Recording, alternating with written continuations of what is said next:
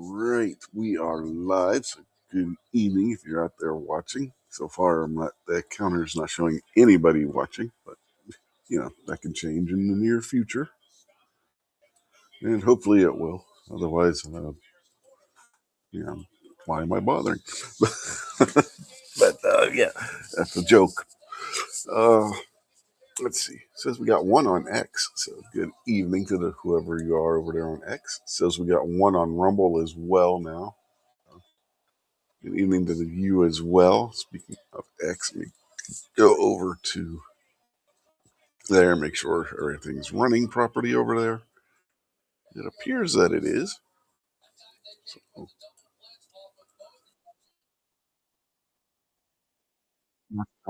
chat again. Okay, there it is. All right. Yeah, X is finicky. If you let's try this again. Like I said, X is finicky. You gotta treat it with kid gloves because it can very quickly, when you're doing it from another studio, lose its positioning. We got Pack Rat's Attic on the YouTube side. So, evening, Pack Rat. And according to the counter, you're the only one on YouTube so far. So, there's that. If you hear something in the background, I have the Rams and Bears game on the TV. So, yeah, it's been an interesting playoff weekend. But, yeah, we can talk about that a little bit later. Oh, Falcon Rumble just popped up on the YouTube side as well. So, evening to you. But, yeah, I haven't really been paying attention much to the news, so I don't have any idea what's been going on really this week. So, yeah. Packer said he guesses everybody's sleeping. Hmm. Oh, there's Crazy Scotsman. Evening to you, sir. But, yeah, I don't know if Scotsman's seen the new background that I revealed the last episode. Put that together using Grok on X, the AI program over there. So nobody else has that background. That is unique to me. So took a few tries to get it just right, but turned out well. Can make out the writing and everything on it. A lot of times with those AI type images, like I was saying in the last show, when I was describing what was made, you can't make out the writing on them. So, but this one, you can actually make out the preamble to the Constitution on there in full, or at least as much of it as fits in that section on the flag. So, yeah, I think it turned out pretty good. The eagle looks good. It doesn't look like a fake cartoony eagle. That looks pretty good. Yeah. Your logo. Yeah, I told you about that already, Pack Rat. You asked. Yeah, you did a good job with that too. Your little varmint there with his military gear. Yeah.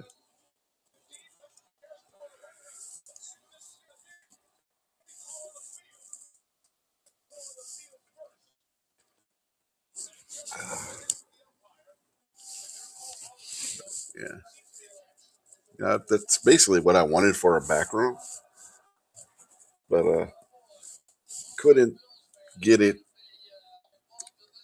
where somebody had already made one that fit exactly how I wanted it. So I was like, yeah, let's see what Grok can do. And Grok nailed it after just a few prompts to get it exactly the right way. So I was amazed at how well that turned out. But yeah. Now, Vulcan Rumble says Europe is coming to the rescue of Greenland. Yeah, by sending one person each. Uh,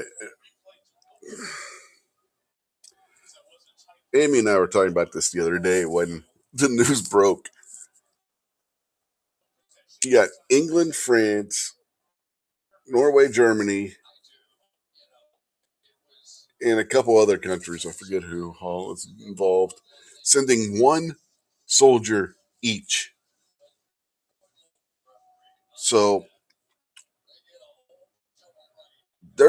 they got this idea that 9 people are going to hold off the entirety of the U.S. military if the U.S. were going to send the military into Greenland.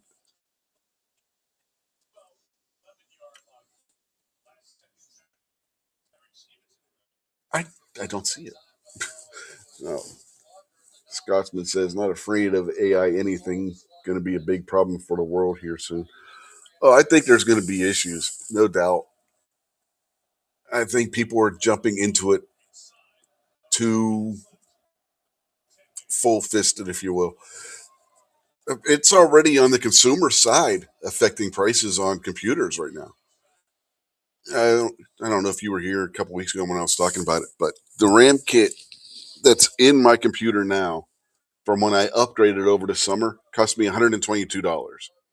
That same RAM kit today is $450 or more because of all the AI farms taking up the vast majority of the RAM being manufactured.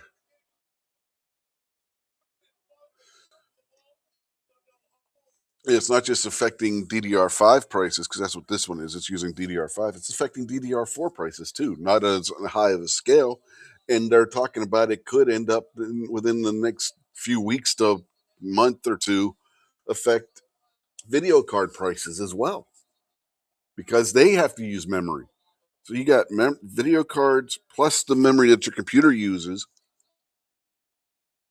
The prices are all going up because of the AI boom and manufacturers catering more to that than to the consumer market because they stand to make more money by investing in the the server side RAM that's used by these AI farms.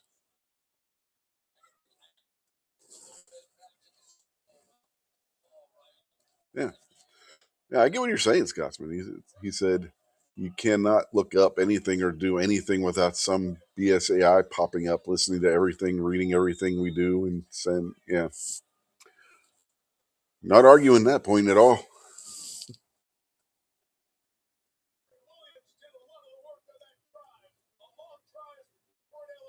Yeah, Packrat said, did you see the picture of the guy in Minnesota, a suppressed AR pistol challenging ICE to come in his neighborhood? No, I have not seen that picture. Like I said, I haven't been up on the news the past week, so there's probably a lot of stuff that I've missed.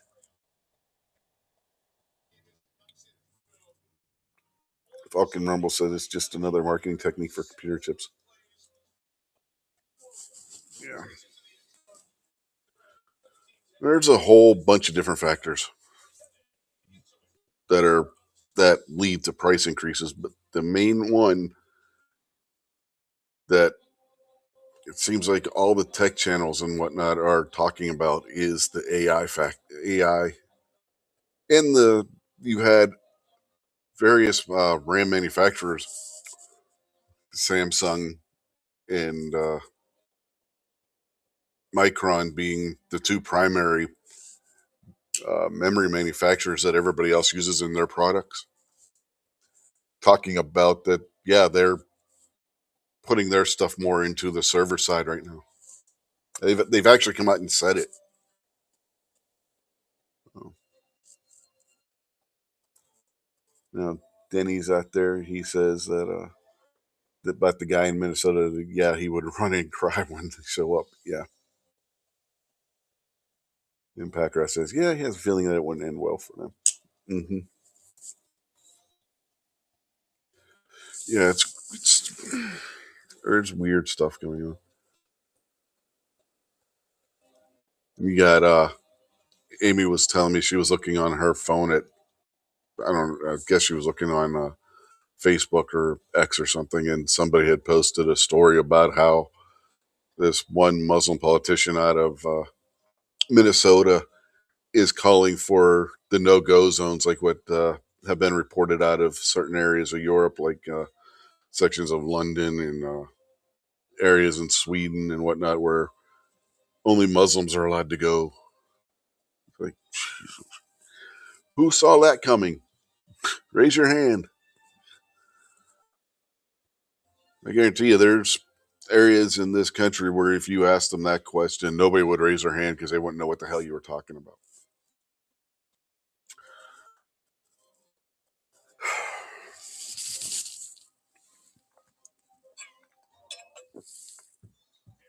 Sorry, had to get a drink. Um, yeah, it's crazy. Crazy. Definitely crazy. Ilhan Omar has been, I saw Ilhan Omar double down on the whole, she doesn't serve the people of the United States, she serves the people of Somalia nonsense. And yeah,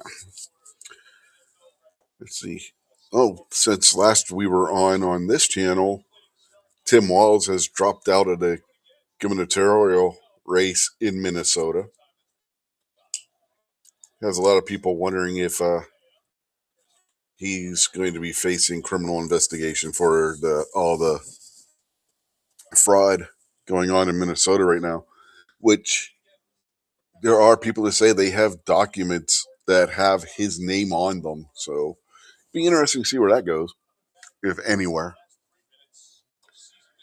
But they've since found that same kind of fraud in Surprise, California, uh, Chicago,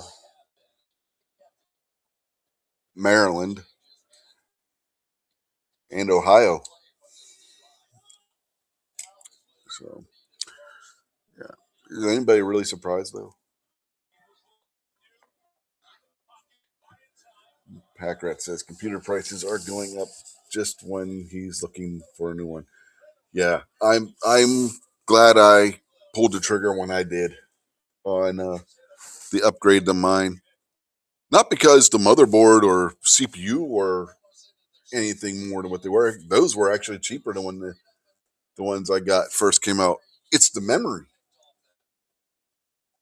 No. Denny says he should face criminal investigation. Millions of dollars to multiple businesses and organizations fraud. I'd go to jail for me. Actually, they're saying it could be billions of dollars. Billions of dollars in fraud in the state of Minnesota. And a large portion of it is in the Somali community, but not all of it. There was a story, wasn't this past week, I think it was the week before, that came out where I forget which one of the independent journalists that's up there in Minnesota looking into this stuff. They were going business to business and seeing what's going on with them. And there was a uh, medical transport company, the ones that go around like picking up old people and taking them to their doctor's appointments and whatnot. And they've received like $20 million over the last 4 or 5 years, and nobody answered the doors at the company. The parking lot was full of vans, and they went and asked businesses that are neighboring that service, and they told them those vans never move. Never move. They just sit there and collect dust. I'm talking a fleet that looked like there were 20 to 30 vehicles there, and they just sit there.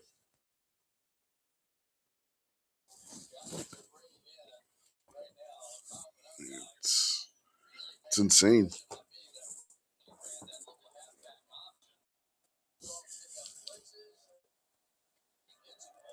You would you would think there would be somebody keeping an eye on that kind of stuff.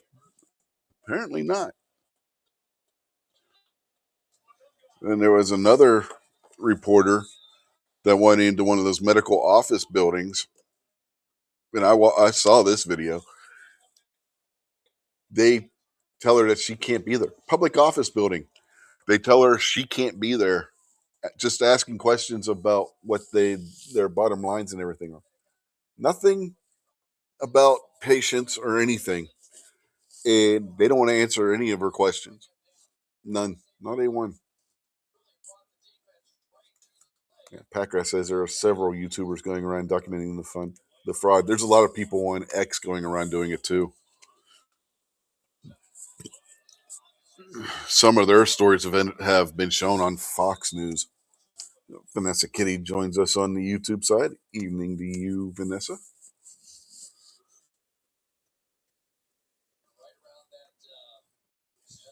Denny says he saw some of that. There's something similar down in San Antonio. The building and vehicles have been sitting for months and now used. It was a scam to get government money. Well, this has been going on for years now, according to what the reporter was able to dig up. Like I said, 4 or 5 years that's been going on there, and they've gotten like 20 billion, or not 20 billion, $20 million, like 4 or 5 million a year, and they don't have to lift a finger.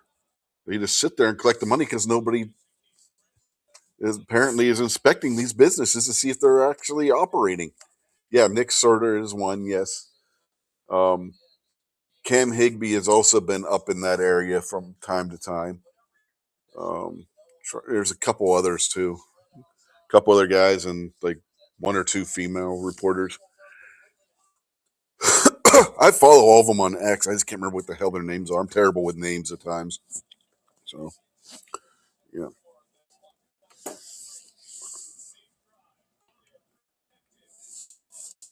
One of them just got into a fight with in Minneapolis because they were trying to just filming what the interaction between ICE and the protesters, and some of the protesters came over and attacked him. Yeah, I saw that too. Packrat says Nick Sorter's sister is getting death threats. Yes, I have seen that story. There's Boomstick, eating in Boomstick. But yeah, and Fraternal Order of Police put out a press statement about all this uh, beginning of the week. It might have been Monday or Tuesday. I forget. January 2nd, 12th. I think when this story came out, that would have been what, Monday? Yeah, Monday. Okay, but I could pull that up. So I got that. I got that pinned. So yeah, we can look at that. What the FOP national office had to say on this situation. So let me go find it here. I think that's it. Yep, that's it. All right. So is it sharing? Yes, it is. Good. Okay. Let me get rid of that logo so that it's not, so that if y'all want to read along, you can. It's not blocking the corner. All right. So, yeah. Again, National Fraternal Order of Police, their main office. And it's dated 12th of January 2026. National Fraternal Order of Police calls on Americans to support the work of law enforcement. Washington, D.C. Patrick Yoes, National President of the Fraternal Order of Police, issued the following statement on recent events.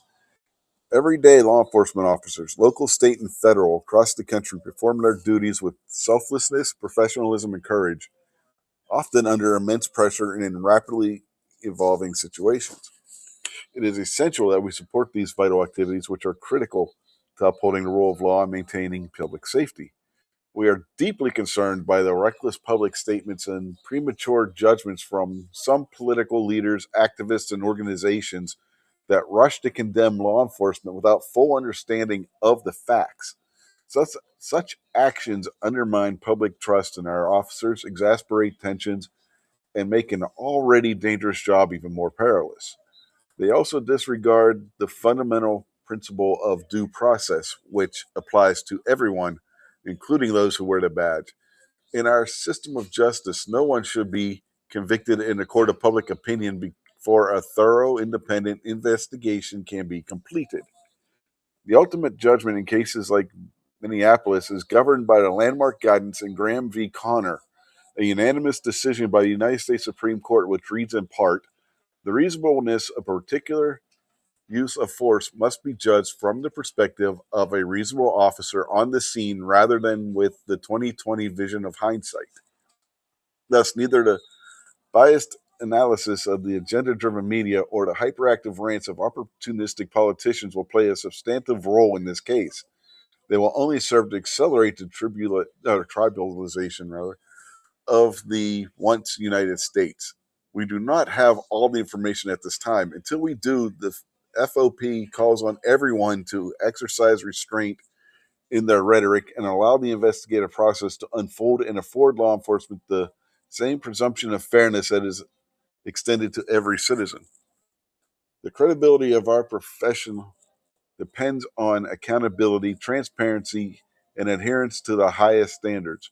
We remain committed to these principles and urge unity in supporting our officers while ensuring that justice is served through facts, not rhetoric.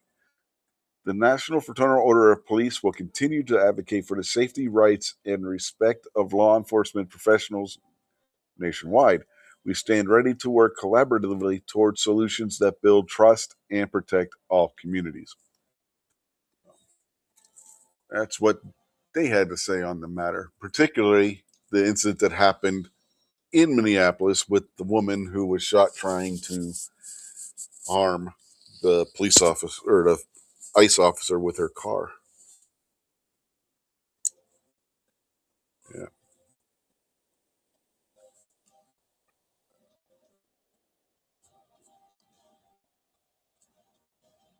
I don't think it was Nick Sorter. This was one that just popped up in my X feed earlier.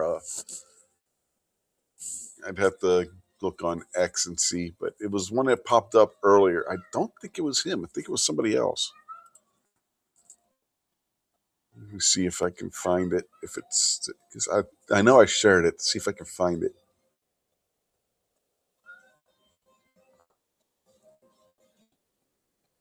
Give me a few minutes here, folks. I'm going to find it eventually. Oh, by the way, while I'm looking for that, Chuck Schumer has said that Democrats will reverse all Doge cuts if they win in November. So yeah, it's always a good thing. Come on, where is it? Damn it, I know I did.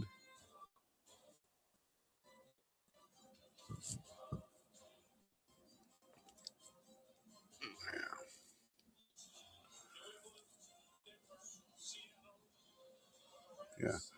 Oh, one thing I did find we can watch. Let me share my X feed because I did find one thing. So I didn't find what I was looking for, but I found something else. We'll watch this little video here. Okay. Is it sharing? Yes. All right. Let me go over here and we will hit play. There's businesses just like the one behind me. Let me start it over. Here in Minnesota, there's businesses just like the one behind me. These are called non-emergency medical transportation businesses where they have vans like this sitting out in the snow that have never even been moved. Neighbors say these vans haven't moved in months. Yet the state of Minnesota has over 1,020 companies like this, and 90% of them are Somalian owned. Each one of these businesses are collecting over $1 million a year. And what are they doing? They're saying that they're moving people around that have some type of medical emergency, but the neighbors say these vans never leave. And as you can look right there, there's snow built up around all of those vans. Those vans haven't moved for a long time. But in the state of Minnesota, they're literally paying companies just like this millions of dollars a year. Like I said, they're called non emergency medical transportation companies. And there's over 90% of them in Minnesota that are owned by Somalians, collecting millions of taxpayer dollars a year. And the vans just sit like that all year long. This is going on in Minnesota, massive fraud. Let me know your thoughts on this one. That's just one. One. That's not even the one I was talking about. That's a different one. crazy. Right, let me go back to my over here and see if I can find that one that we were talking about. God damn it, where is it? I know I shared that, but why am I not finding it in my news feed? I gotta love this shit. Am I even looking in my profile no more anymore? No, I wasn't. Yeah, that helps.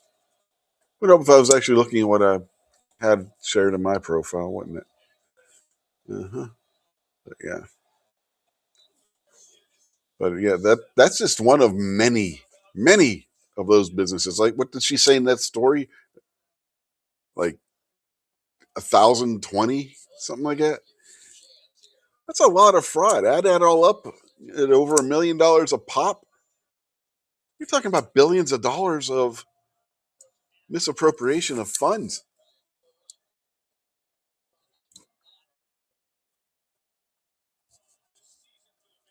Yeah, it's crazy.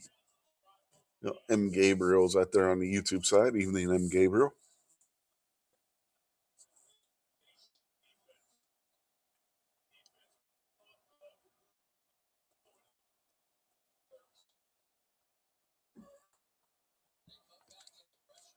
Yeah, I can't find that one now. Damn it. It's not showing up.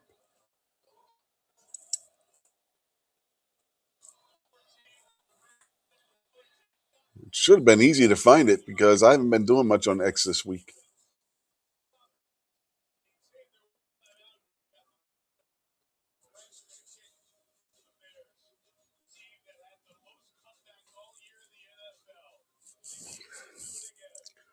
Oh, yeah.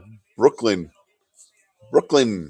New York daycare scammers plead guilty to $68 million Medicaid fraud for adult daycare services.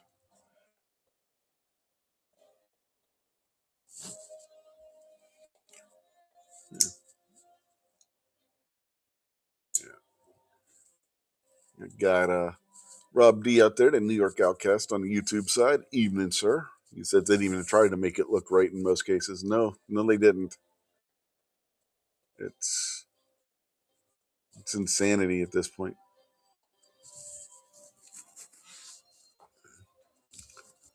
Blatant total waste of taxpayer money. Criminal enterprises, whatever you want to call it. It's not good. It's very, very, very bad for the economy, the average Joe who just tries to work and make a living and then to have their taxes go to shit like this because nobody checks up to make sure that this isn't happening.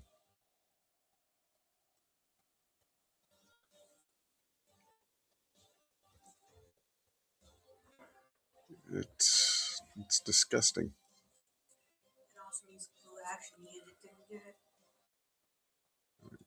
It's absolutely freaking disgusting. And what? It also meant the people who actually needed it didn't get it. Yeah. My daughter said that means that the people who actually, if you didn't hear, that actually needed it didn't get it. There was likely people who got denied coverage because of that. Mm-hmm.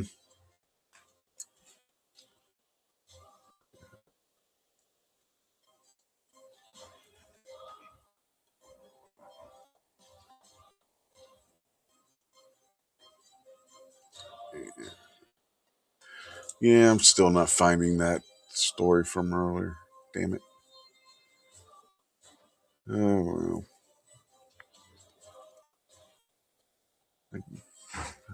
Maybe they deleted it. That's a possibility. If I'm not finding it after I shared it, it's because they deleted it. So, yeah, I'm not finding it.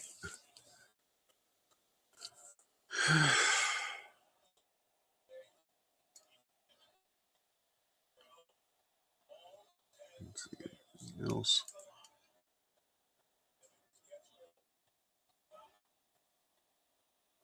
Let's see if maybe there's something else we can talk about. Oh yeah, Indiana failed to do their redistricting again.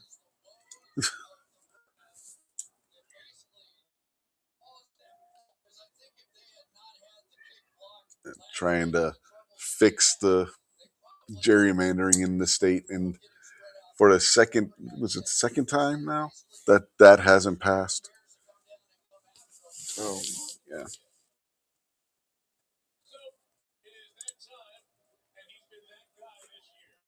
All right.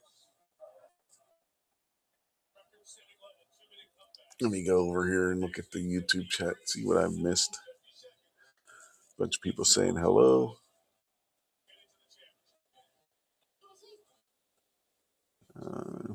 See. M. Gabriel said need a poll, which is the worst current gun apocalypse rather. Australia, Canada, or Virginia. I'm waiting to see what happens with Virginia. I live not far from Virginia and have to go to Virginia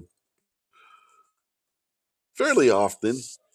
So, yeah, I'm definitely keeping my eye on that one. Pack Rat, referring to the fraud situation, says, think we're just at the tip of the iceberg. Yeah. Remember, you only see the very little of the iceberg. Most of it's below the water line.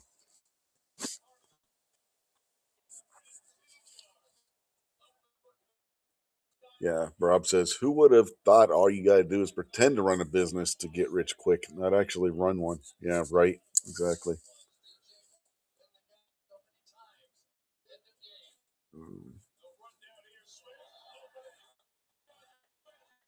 Yeah, you've been doing it all wrong, Rob. Yeah, instead of actually making gun displays, you should have just advertised them and got the federal government to give you a big grant, and you'd have been all set.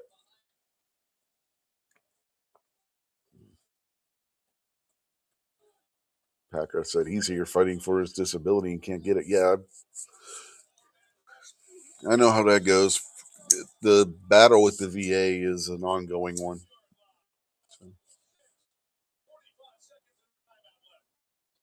all right, yeah, Rob says probably just the tip of the iceberg. You bet it's all across the board. Yeah, I mean it's every time you turn around, there's more and more that's coming out.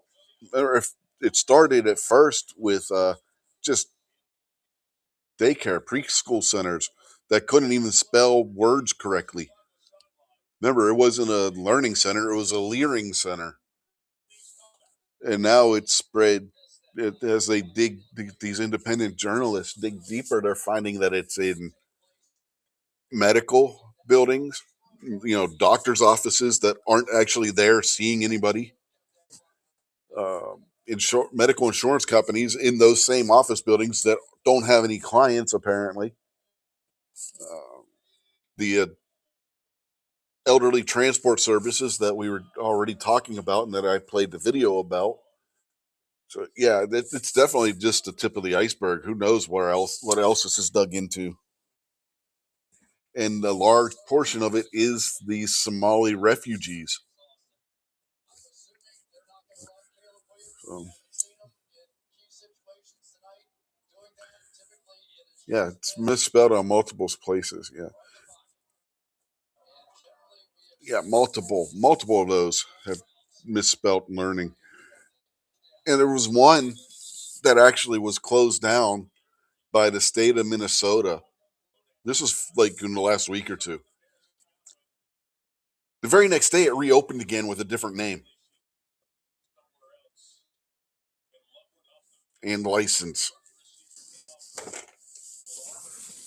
Tell me somebody in the government in Minnesota is not involved. You don't get a business license that damn fast.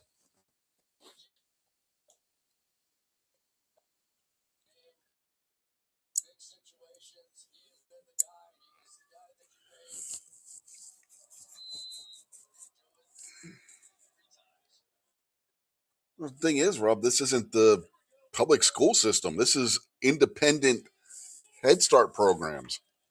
They're not even the ones that are run by the state. They're just saying they're running a daycare and that they have all these kids, and there's nobody Nobody there. You go to one of these buildings, you knock on a door, there's like one person doing something in that building and who knows what. Remember, it's not just that either. They had one of those supposed charities that was connected to all this where they were collecting money to buy all this food for all these kids, and they weren't serving a single fucking kid a thing. There, it was through some Somali restaurant or something, or Somali owned restaurant. They're supposed to have all these kids that they were serving, 200 and some kids, some nonsense like that, getting millions of dollars from the federal government to run this program that they were doing, and they weren't doing it. There was not one kid that was being fed by these people. It's it's insane. Nobody checks in on this stuff? Really? There are agencies that are supposed to inspect these places. Nobody was doing their job.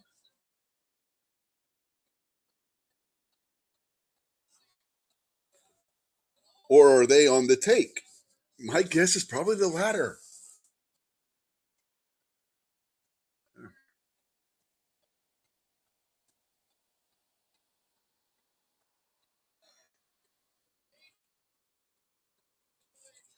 Oh, remember, since the Federal Department of Education has been adopted, test scores,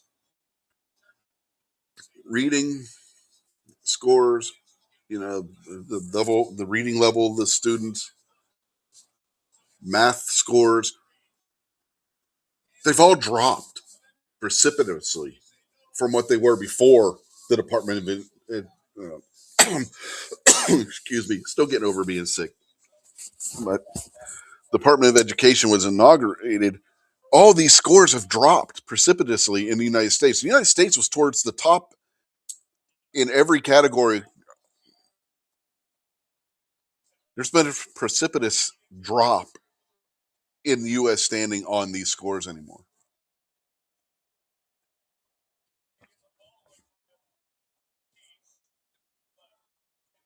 Somebody said something along the lines of, I'm trying to remember what it was now. Anyway, they were trying to brag up the Department of Education and say the scores are at this because of the Department of Education. Blah, blah, blah. I was like, yeah, all the more reason to get rid of the Department of Education because they were higher before that.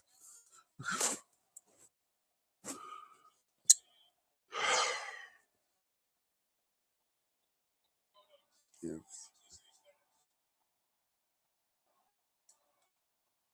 Mm-hmm. Yeah, it's a it's a problem, that's for sure. Yeah, Scotsman said fraud is in the entire system. It's in the name system. Yeah, got Mr. Gens out there. Evening, Stacy. Hope you're doing well. Not having any relapse or anything.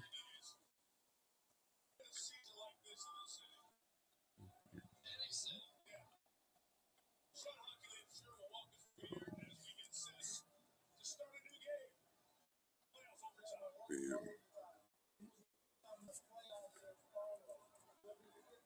trying to think what else is there to talk about.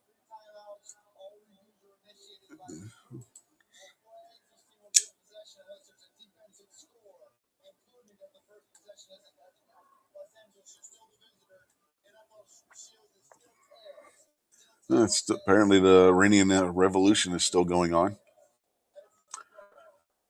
Yeah, that's been crazy. The Iranian government has killed thousands of people over there.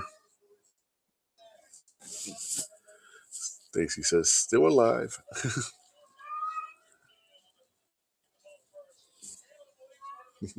Stop did not pull the plug like he was told to by doctors. Oh, that's good.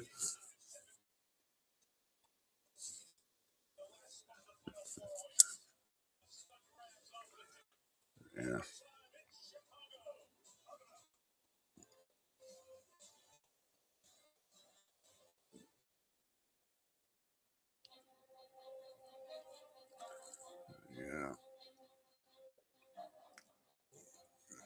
Trying to think. I know there was something else I wanted to talk about too, and I can't remember what it was now. We go down a rabbit hole, and I forget what I wanted to. What else it was I wanted to talk about?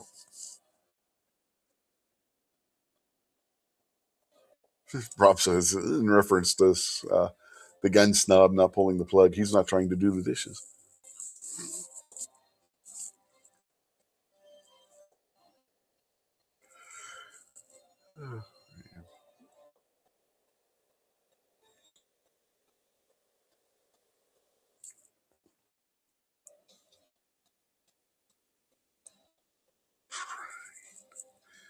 Yeah, going through X to see if maybe that's where I saw what it was I wanted to talk about, because I literally cannot remember what it was now. Uh, oh, man. Oh, we already talked a little bit about the Greenland thing. The foreign minister of Denmark was supposed to have met with the Trump administration over the past few days, and it's looking like Denmark may be more open to selling Greenland at this point. That's other parts of Europe that are throwing a hissy fit. So there's some conjecture that Greenland could be a U.S. territory, if not by the middle of, or end of summer, by the end of 2026. Which be interesting to see how that works out, how that goes.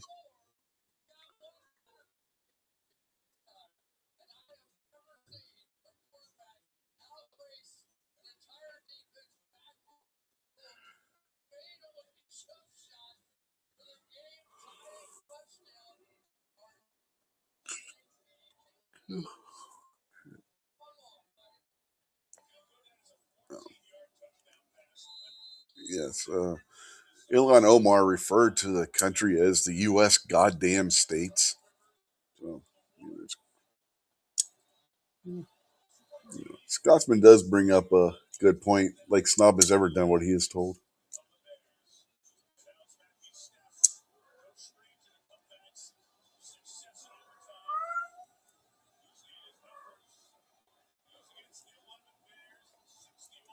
Yeah, Stacy says she's been on been on ventilator 4 times since May.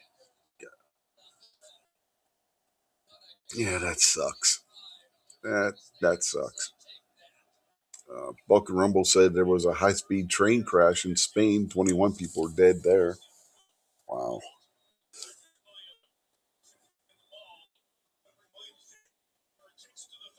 2025 was a sucky year.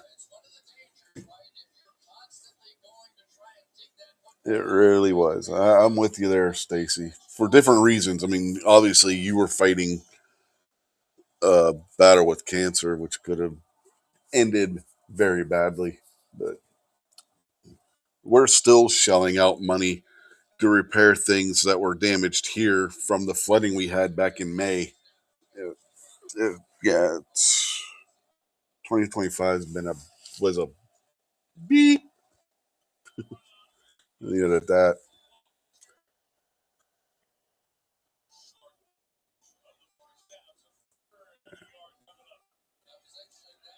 But yeah, I see where you're talking about Pack Rat about the camera being stolen and stuff.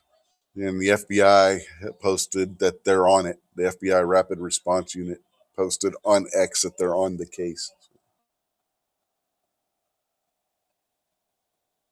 Cancer and heart failure. Oh man, you can't win. God damn. But there was another one too. It wasn't just Nick Sorter. There was another one who I can't. For the life of me, I can't remember who the hell it was. He was one of the younger guys like him. I just don't remember which one it was. Like I said, there's a bunch of them that are up there putting themselves in harm's way to report on what's going on.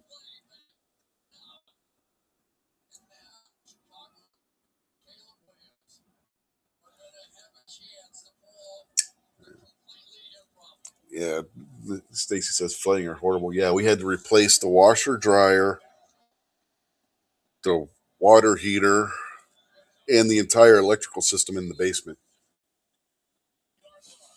And that's just what I can remember, because there was a lot of stuff that Amy had collected over the years and stuff, and the kids had collected and stuff that had to be thrown out because it was damaged by the floodwaters. Stuff that you can't put a price on, you know.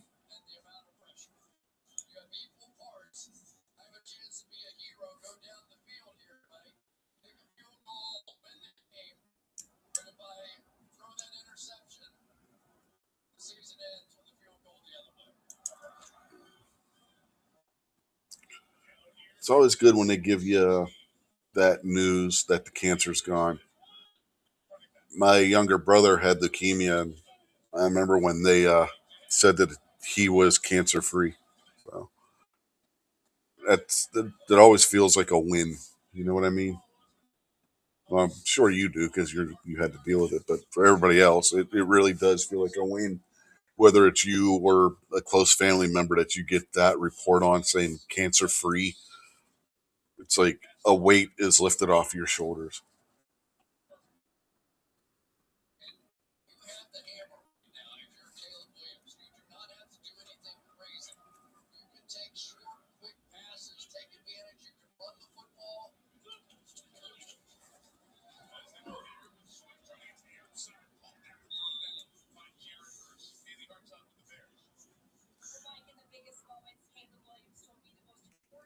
There was stuff from when the kids were real little that had to be tossed, like their little wooden rocking chair that they had, their little wooden timeout chair that their grandfather bought them, and he's not around anymore, so you can't replace that. It's like,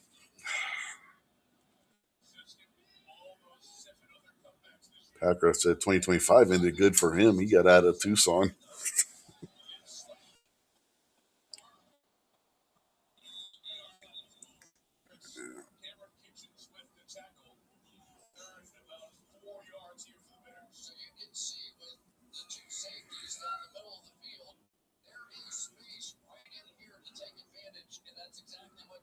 Stacey said, "Yeah, that sucks." Yeah,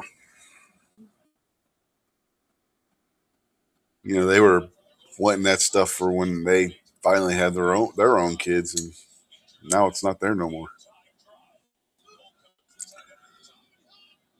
Amy managed to save all our old Christmas decorations, so that went on the tree, the ornaments. So that was good anyway.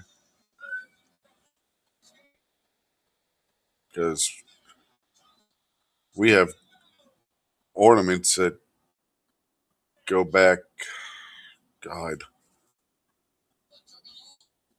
3 decades. So those definitely wouldn't have been able to be replaced.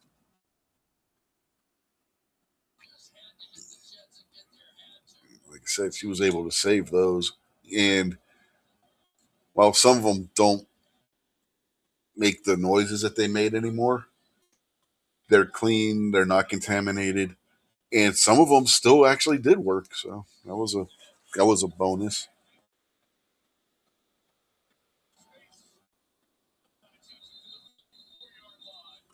Yeah, you were saying something about that on, was it Gary's chat the other night? You have to have both hips replaced, Pack Rat. That sucks, man. That absolutely sucks for you. Hope the surgery and everything goes well for you, and you recover without any hardship. Because yeah, I know somebody who had to have a hip replacement and it didn't go right, and they had to have another one like a year later. Hopefully that doesn't happen for you and everything goes right.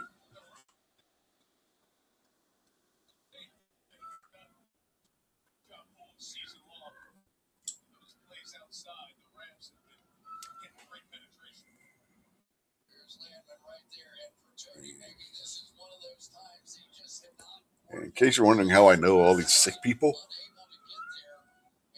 you meet lots of people like that when you have to go to the VA for shit.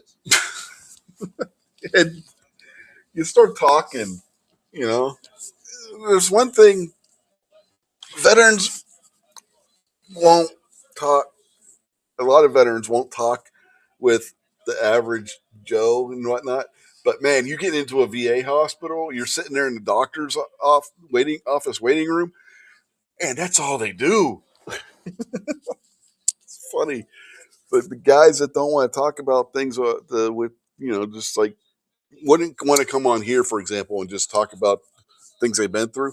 You get them in a doctor's office in a VA hospital, and they will talk.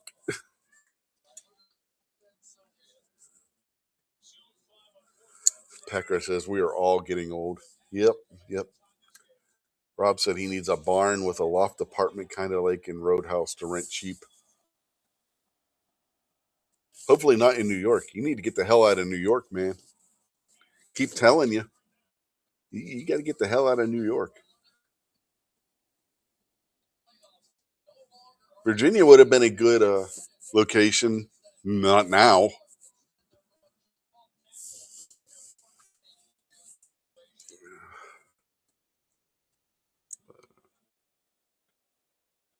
I mean, like was mentioned earlier, I'm waiting to see what happens with Virginia and their carry laws with these morons they got in there now. They're saying we're going to do this, that, this, that. We're going to revoke reciprocity with all these states, yada, yada, yada. Like, oh, great. Just what I need. While I don't live in Virginia itself, I live close enough where that's going to affect me personally. And cats are carrying on. In case you guys haven't heard, Snowball went to a new home today. So if you're wondering why you don't hear a loudmouth cat running around meowing its head off, that's why. Packrat said the VA hospital here rocks. It's named after a Medal of Honor winner. Yeah, most of them are named after somebody who won the Medal of Honor, or a politician who served, or something along those lines.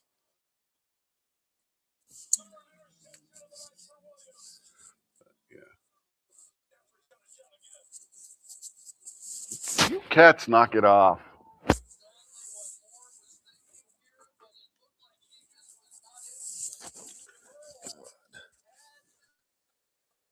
Vulcan Rumble asks, going to lobby day? Lobby day what, in Virginia? I don't have the ability to do so. I wish I could. I mean, I don't have a voting right in Virginia, so it's not like they would probably care what I had to say anyway. But yeah, I've been to lobby day in West Virginia, in the state capital, Charleston. But, Denny says, "All right, night, folks. Have a great week." All right, Denny, have a good night. Yeah, you're snob free, Stacy. He's gonna be in Vegas for shot.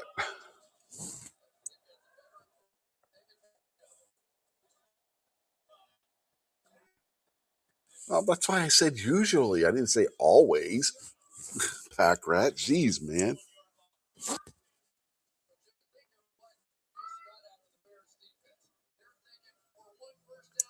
No, it's uh, code word for Amy's co-worker adopted him.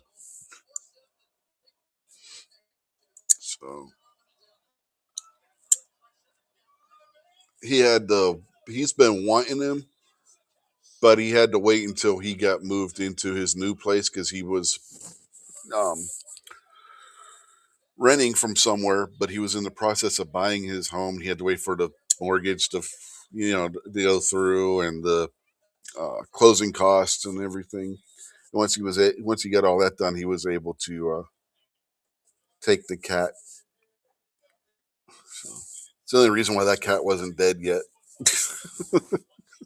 that, he was starting to get on my nerves. So now he's somebody else's problem.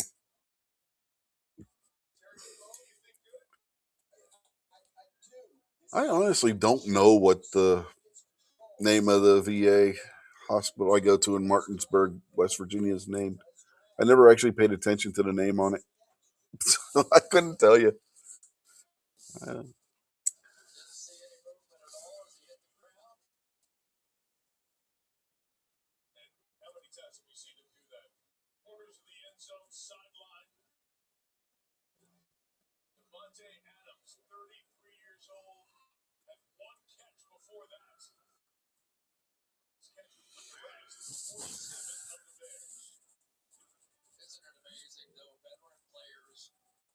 Yeah, Rob got a little too mouthy. He would run around just meowing for no reason whatsoever. I think he just liked to hear the sound of his own voice.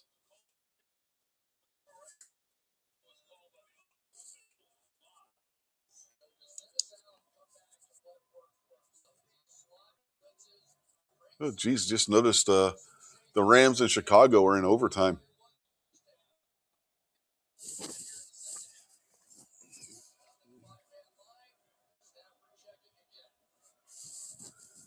That's a second overtime game this weekend. But yeah, I know. Some of you out there don't care about the football stuff. I was looked up at the TV and saw that. Like, oh wow.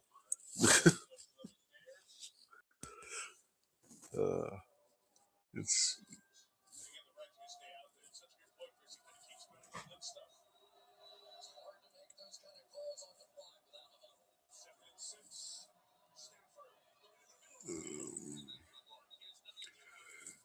I'm still looking to see if there's something that I'm forgetting. I know there is. I just can't remember what the hell it was. Well, no, I know. Let's see. Yeah.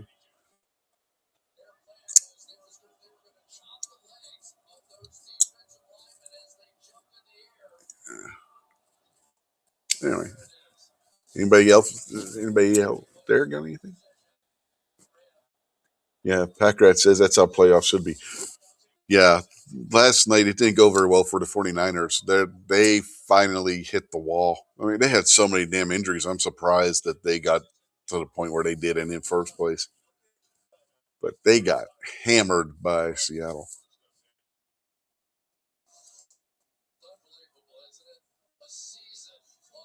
But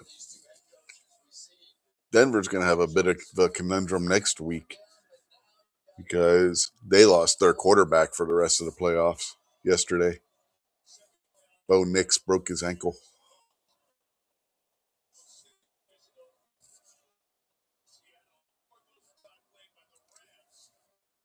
So, yeah, it's not bueno.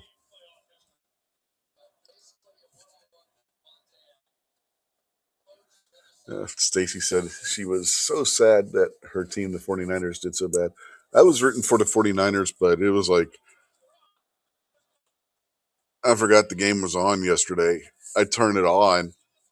It's in the fourth quarter, and the score was 41-6. I was like, "Oh shit, damn!" Somebody got the ass whooped. Like, gee, me. Now, Ron 28 Matters out there in the YouTube side. So, evening to you, sir.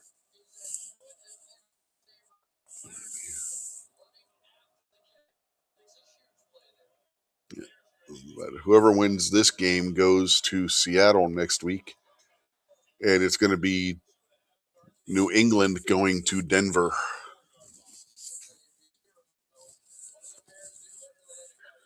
But it's not the first time that Bo Nix has been injured this season, and they did fairly well with their backup quarterback.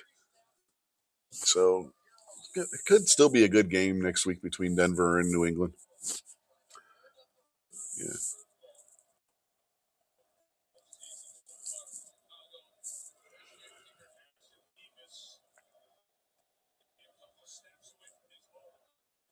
Wow, somebody posted a price of gas in their area. Regular down to $1.74 a gallon for the 87 octane. It hasn't been that low since Trump's last term, has it?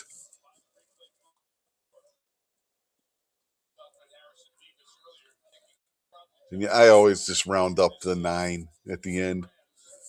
I mean, round it up to the thousandth and just make it $1.74, right?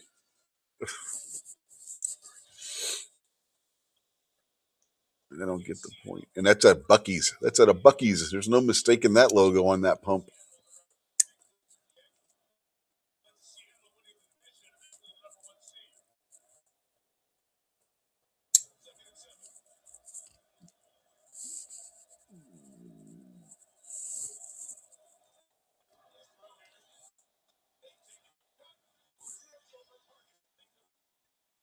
Jake Lang, that's who the other guy was. I just found a story about it.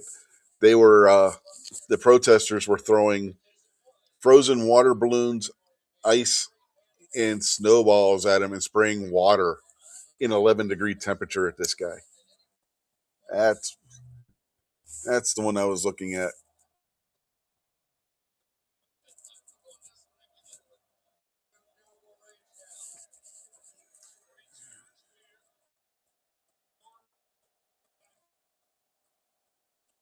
Rob says he's still convinced that the big sports are just a modern version of the Romans bred in circuses distraction method.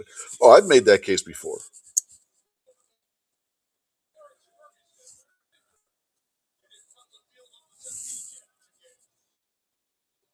But there's even before the Romans, there were spectator sports and stuff that were going on. Because you remember the whole reason why we have an Olympics now is because they brought them back for the whatever it was anniversary of the original Olympic Games back in ancient Greece, and they've just stuck around. So yeah, there's been spectator sports since humanity basically started to form cities and stuff. And the Rams are moving on. They just won 20-17 in overtime.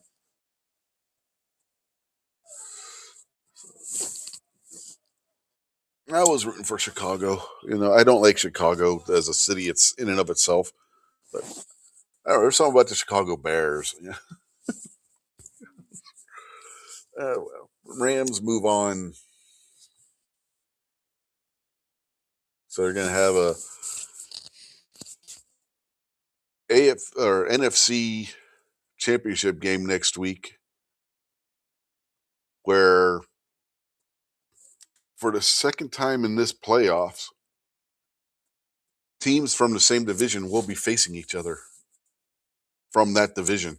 Because you had San Francisco and Seattle yesterday, and now next week you're going to have in the NFC Championship game the Rams and Seahawks. So I think it's a safe bet if you're a betting person to bet that the NFC Championship is going to come out of the NFC West. Because that's what's going to happen. There is no doubt about that.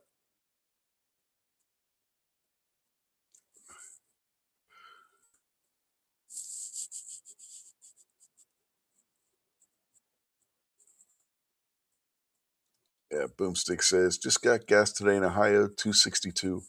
Was that for mid-grade or 87 octane?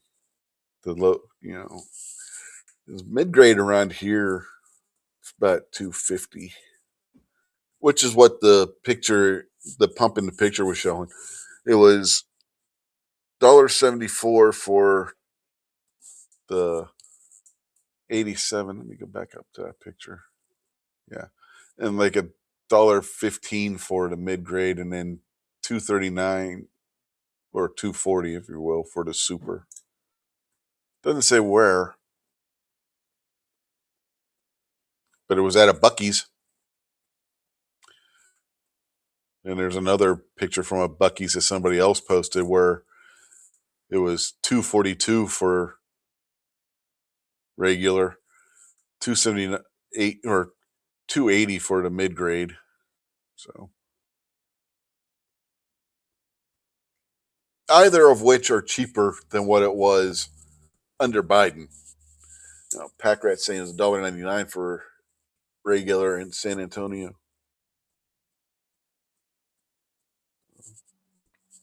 Yeah, prices definitely vary across the country for different reasons. But, yeah.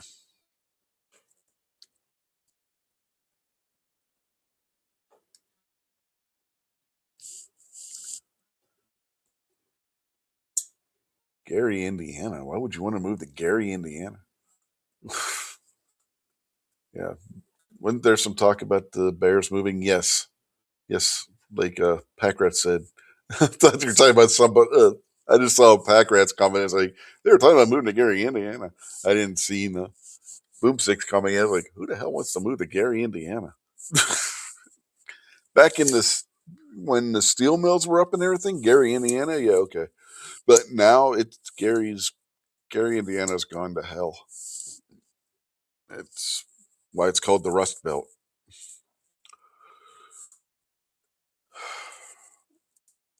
Let's save Pittsburgh from being in the same boat as Gary, Indiana was the fact that they had a bunch of tech companies move in. You know, the Mayor Caligiuri, when he saw what was happening, started negotiating with all these different tech companies, and Pittsburgh transitioned from being a steel producer to being a tech producer in sciences and whatnot. So that helped save the city from Packer says Gary's not safe. Yeah, Gary hasn't been safe for a long time.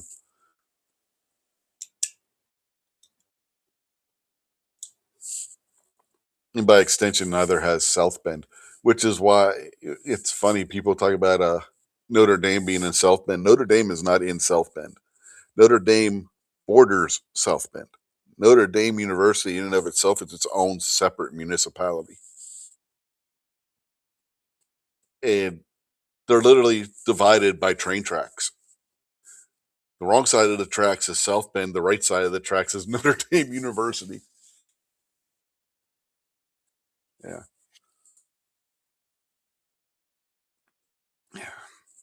Yeah, Packrat says Gary sucked then too. He lived there until he was 13. Yeah, the one thing I remember about from Gary, Indiana, from was back in the 80s on Nickelodeon. They had this sports show, and they were talking, and they would go to these different sporting things around the country. And Gary and Allentown, Pennsylvania, were both training centers for the U.S. gymnastics team at the time. And both of them otherwise were shitholes.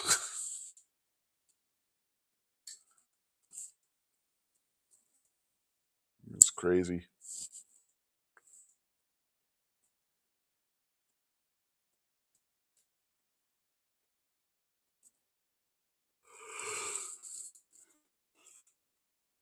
Ugh. Yeah.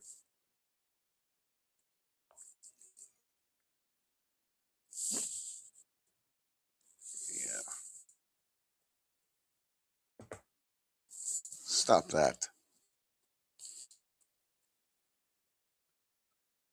Oh, man. Cat went to claw at the chair.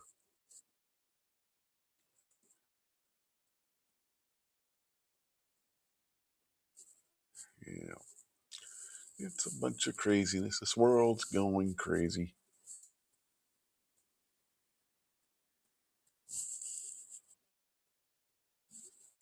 And that's being nice. Yeah, I know.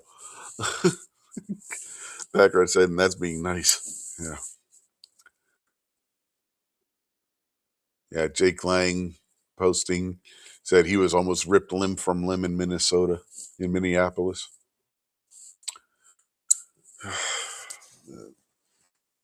Yeah, his pants leg tore off.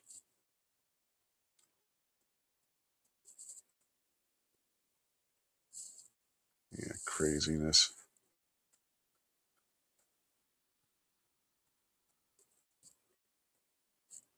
Absolute sheer insanity.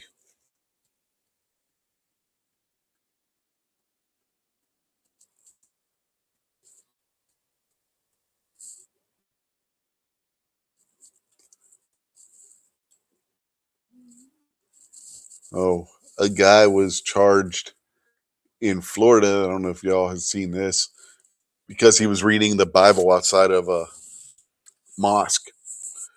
Not in Canada, not California, not New York, Florida.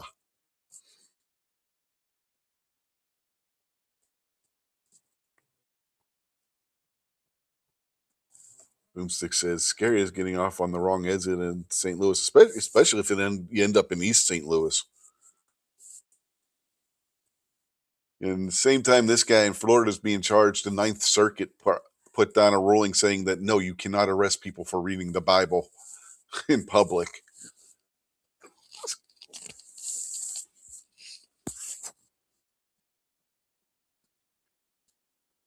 Because apparently there was a street preacher in Seattle who was arrested for preaching the Bible in Seattle. And the Ninth Circuit was clear. Lawful speech does not become illegal because someone reacts negatively. Police must protect public safety without silencing constitutionally protected speech.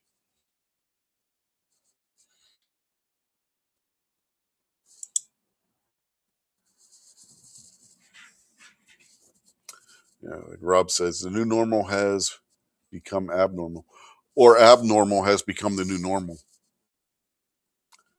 Yeah. Either way you want to phrase it.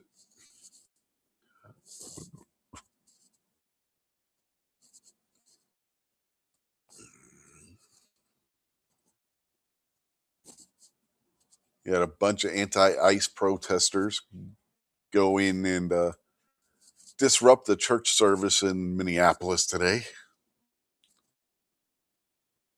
And Don Lemon was there with the protesters. And the DOJ is investigating this, and they could find themselves in some trouble for that.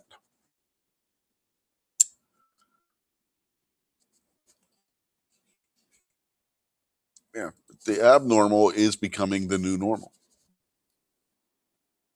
particularly on the left.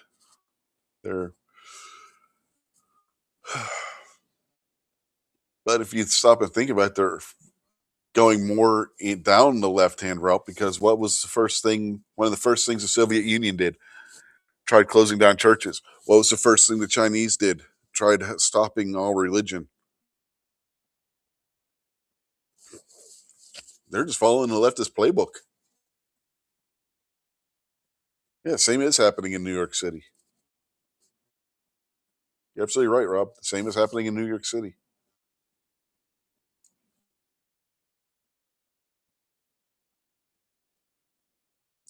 The problem is we expect it in New York City. You don't expect it in Florida.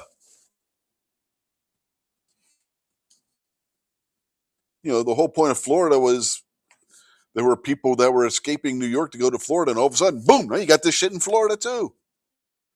If you're going to move from one of these leftist shitholes, leave your goddamn leftist politics where you came from.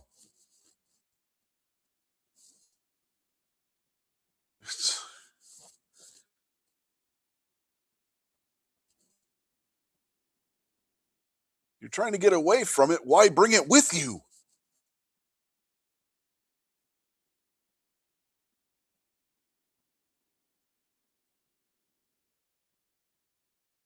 Well, Packrat says, and getting rid of the freedom of speech, they do that too. What do you think the point of hate speech laws are?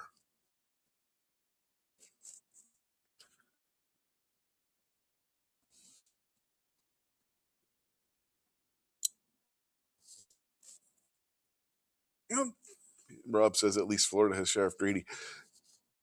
There's good sheriffs in other states too. California, there's a really good sheriff in, what is it, Riverside area, I think it is, who is really good about trying to fight what they're doing in California. So you get people like Grady in other states too. It's just they don't have enough power to do much. Packer says it's one of the reasons he left Arizona. Yeah, Californians moving into Arizona. Look what Californians did to Colorado. And a lot of those people that fucked up Colorado don't even live there all year round.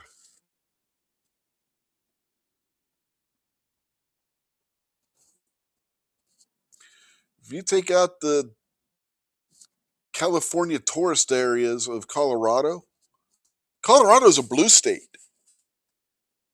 So you get all these people, particularly the rich snobby ones who do the film festivals and whatnot in Colorado. And they've ruined the state.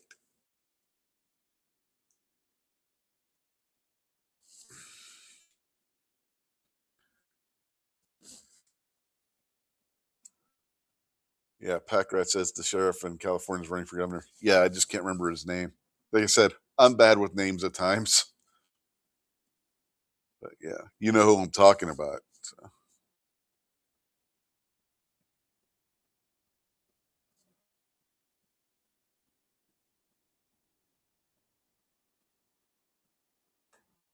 Yeah, it's craziness. This world is getting crazier and crazier.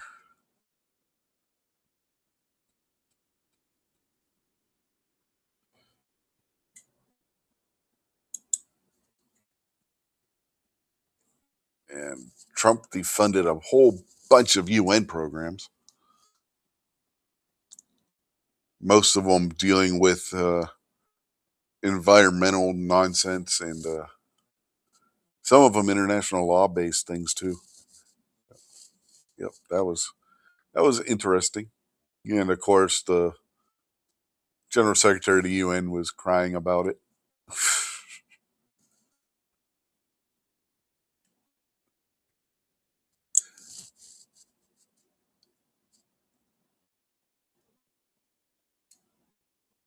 Packrat said he can't remember that sheriff's name either. Worst part is I follow him on X, and I can't remember his damn name. When are you going to fix this damn country? Huh? I said, when are you going to fix this damn country? No, we're trying. How you doing? Yeah, all right. Only all right? Yeah. I didn't like the way the football game ended, but whatever. Yeah, I wasn't a fan of that either. So I'm thinking you were rooting for Chicago too. Oh yeah, I don't like teams from LA. Screw LA. Screw California. LA stole the Rams stole the Giants blue. Did you notice that? Mm-hmm. On the helmets, they stole Giants blue. It is a pretty shade of blue, so I mean, I'm like, can't fault them for it. It's not like they stole the Jets green or something, you know, or Oregon's green. Ugh. God. Remember the fluorescent? Which shade of green? They have like 9 shades of green. I'm talking about the fluorescent one. It looks like if you turn the light out, they would glow in the dark. Uh-huh.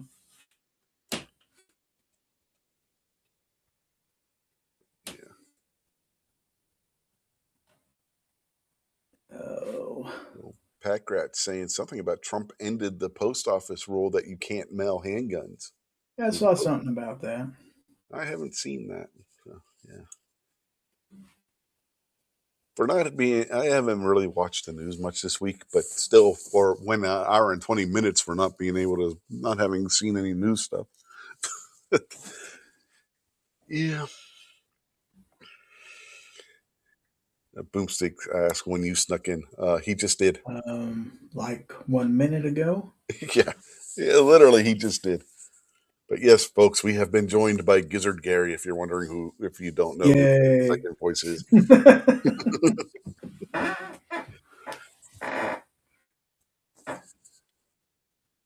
Yeah, I've been going.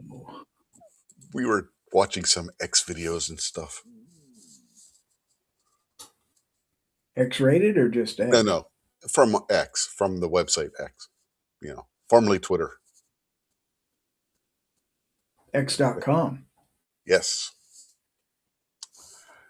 Because there have been more scams uncovered in Minnesota, if you haven't noticed, or haven't been made aware or whatever. The best one is the transportation ones where the cars just sit there and nobody uses them for anything. And they still collect millions of dollars. I heard that Alberta is wanting to vote to secede from Canada and join the union. Can we trade them? I've been Minnesota, and we'll take Alberta. I've posited that on X, but I haven't gotten a response from Canada yet. I legitimately brought that up. I mean, I'd be all in favor of it.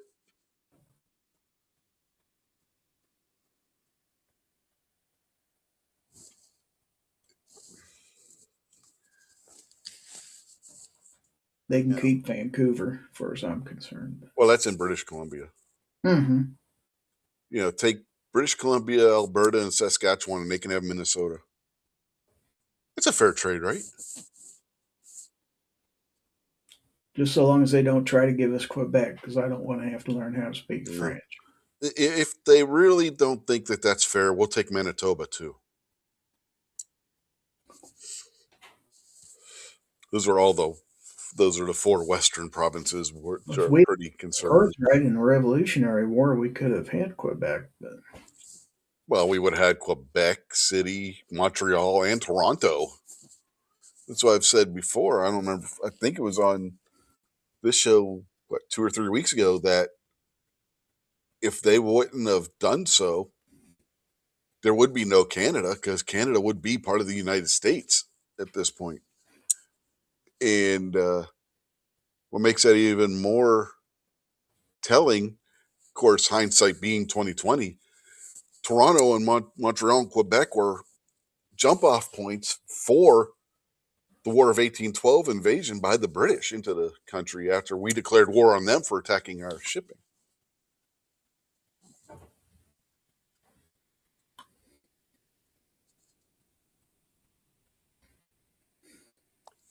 Packrat said, have I seen the one where the liberals were screaming at the ICE agents and he pepper sprayed her in the mouth? Oh, yeah, I played that video on the channel. You remember that, right, Gary? Mm-hmm. Yeah, I played that video on the channel, so yeah. Well aware of that one.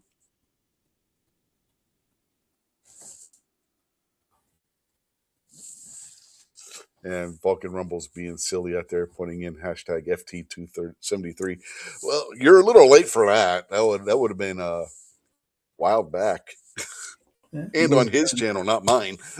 A couple weeks ago, yeah. Yeah. So I think we just did 374. So yeah. Or was it? I don't remember. I don't know. No, I don't know. Shoot, I don't know. I don't know. It's your channel. You don't know how many shows you've done? No, I just look every week and see what the next number is going to be. That's what I do. I don't know if I think I might have put the wrong number in. I think it should be 274. 342 was my last one, so it'll be 343 tomorrow. Let me see. Yes, we got two. We have two 273s. I'll have to fix that tomorrow. I put the wrong number. 273B, huh? I guess so. Hopefully this time I don't continue talking at the end of the show and forget to turn mute off like I did the last one. Uh-oh. Well, yeah, I was giving a whole plug for one of my affiliates and everything. Had their box that I got the one knife from on the screen, the picture of it and everything. I had mute on the whole time. And somebody, I'm not going to mention names, didn't tell me that I'd had mute on, apparently.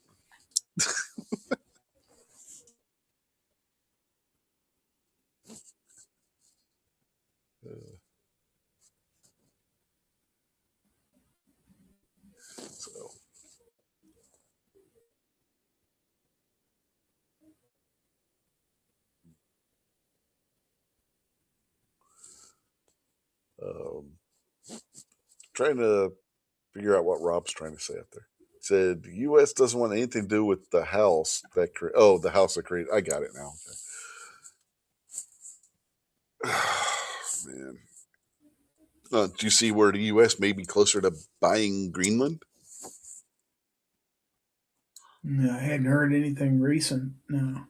Yeah, apparently, like last couple of days, Friday and Saturday, I think, or Thursday and Friday, somewhere around there.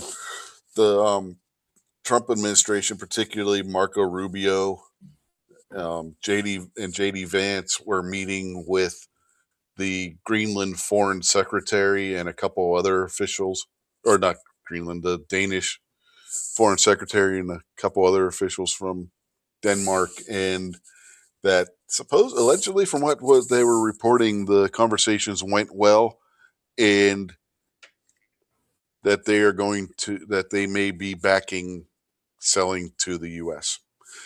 Well, at the same time, you have 9 different European countries sending 1 soldier each into Greenland in protest. Wow. Yeah. Yeah, craziness, man. So Packrat said he got a folding karambit in his last tack pack. It's a CRKT. Cool deal. Who got what now? A folding karambit. Oh, yeah, okay, I see. Yeah. I don't have a folding one. I have that one that Bubba sent me. I have one that I got from Ghost Tactical years ago. Packed up somewhere. From when we moved. I just haven't found it yet. But it's a fixed blade. I think it's a United, if I remember right. Got Garage Guy out there. Evening Garage Guy. He snuck in out there in the YouTube chat. So I've seen in the last few days the leftists in Minnesota are starting to arm themselves. Who do what? They're starting to arm themselves. Oh, yeah. We were talking about that earlier. You got the one guy out there who has running around with an AR-15 pistol.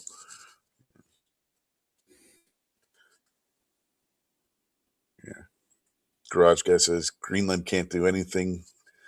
They have to deal with Denmark first. Yeah, that's why Trump was meeting with the Danish officials on that one.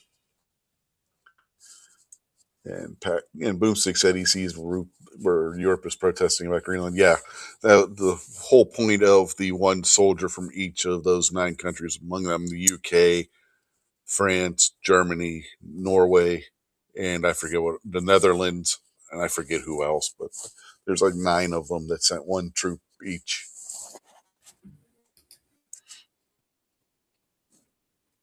Some of them countries is probably all they had is 1. Mm-hmm.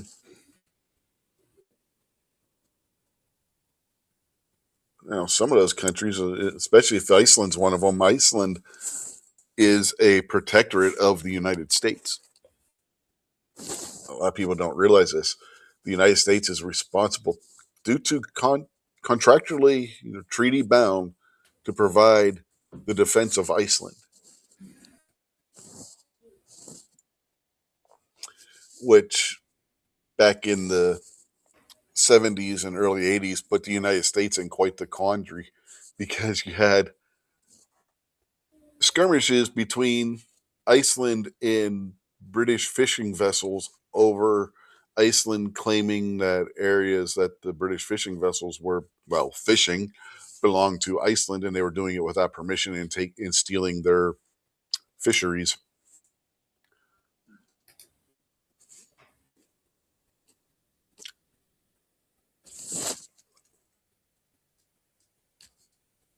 That could have been trouble for us, because contractually bound through treaty to help defend both countries. One through NATO and one through a separate independent treaty with Iceland itself.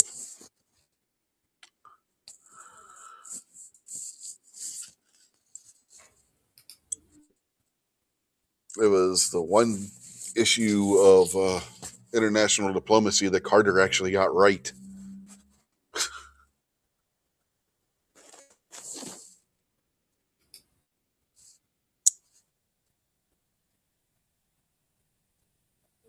But yeah, that could have been bad.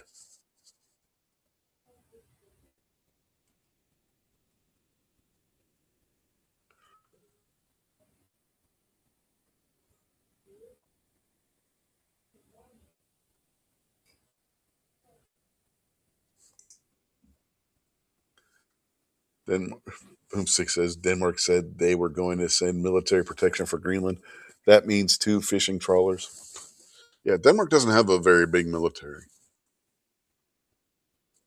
They rely on NATO protection, which mostly means the United States. Piers Morgan put out something stupid. Well, why don't the UK just buy the United States back? Well, let's analyze that, shall we? On the first part, the UK doesn't have nowhere near as much money as what the United States would cost to purchase. We're a bigger, more powerful country than they are. 2, who the hell is the UK going to buy it from? We're not a country that has a useless monarch who claims ownership over everything. Unlike the UK. Just like before, the UK doesn't have any money if they did want to buy anything. Yeah, like I said, they don't have anywhere near enough money to buy the United States. Second, the United States isn't another country's third point. The United States isn't another country's territory. Greenland is just a territory of Denmark. Denmark has every right to sell Greenland if they choose to do so. And it doesn't matter if the UK likes it or not.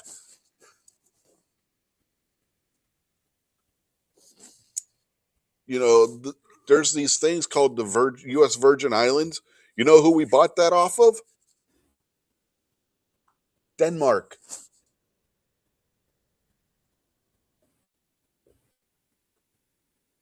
We have a history of buying things from Europe in this area. The Louisiana Purchase was purchased from what? Who? France. What was it? It was the territory in the New World owned by France. It was. Countries sell and buy territories all the time throughout history.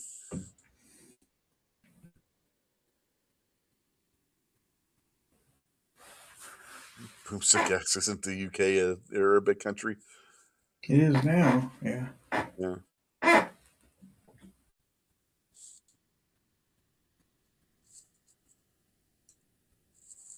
You can say that for a bunch of other countries in Europe too.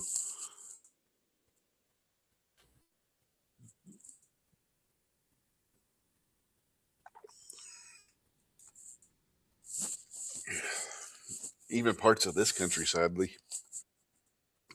Minnesota was the largest Norwegian population in the world just 10 years ago. There were more Norwegians in Minnesota than in Norway. I believe it. That shifted. There are some people who keep track of these trends that are predicting Minnesota will be potentially majority Somalian within 10 to 15, maybe 20 years at latest.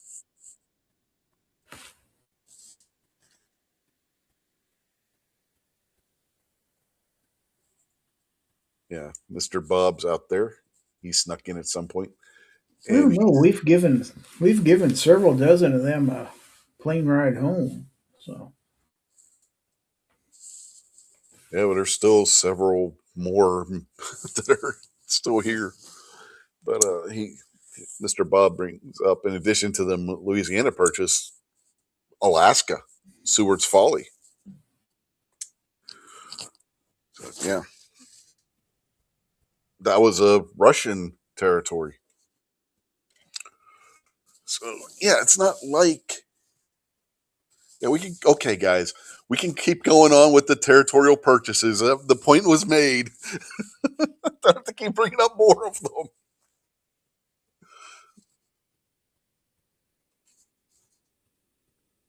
Boomstick says if you want to piss off European countries, just call them vassal states of the U.S. Considering the amount of money the U.S. contributes every year to NATO in relation to the other member countries, it wouldn't be wrong to do so.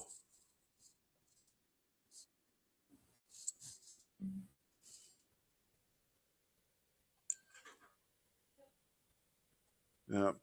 Garage Guy says, let Canada have Minnesota, Chicago, and New York City. Minnesota and Chicago would be much easier to do than New York City because New York City isn't on the Canadian border.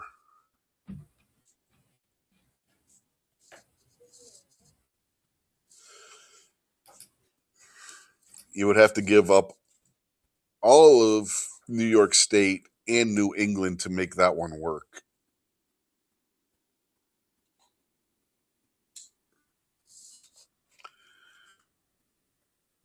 Which, to be honest, the way New England's going, the last holdout was New Hampshire, and they're going more purple than red now, too. So if you want to package all of New England in with New York, I don't think I'd have a problem with that, to be honest with you.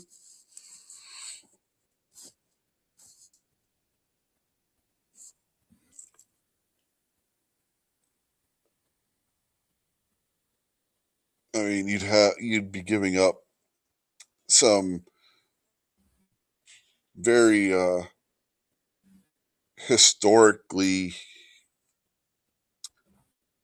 relevant cities to the founding of the United States in the process. That might be the one problem. Yeah.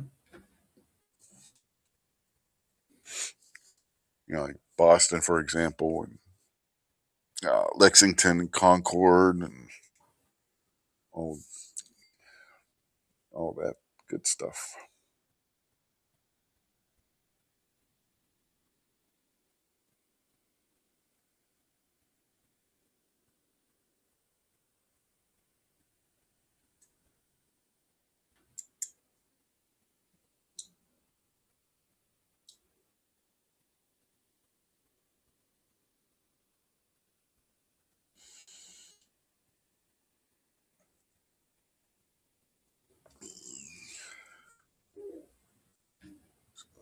Yeah. Then Gabriel says he's back.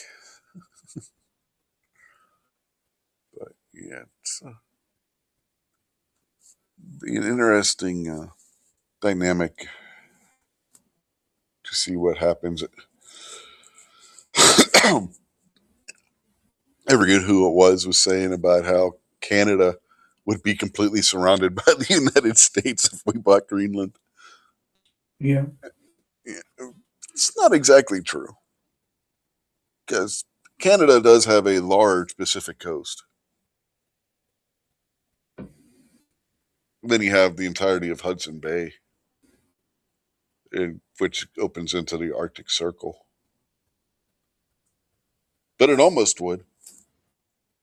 And it would definitely allow the United States to put a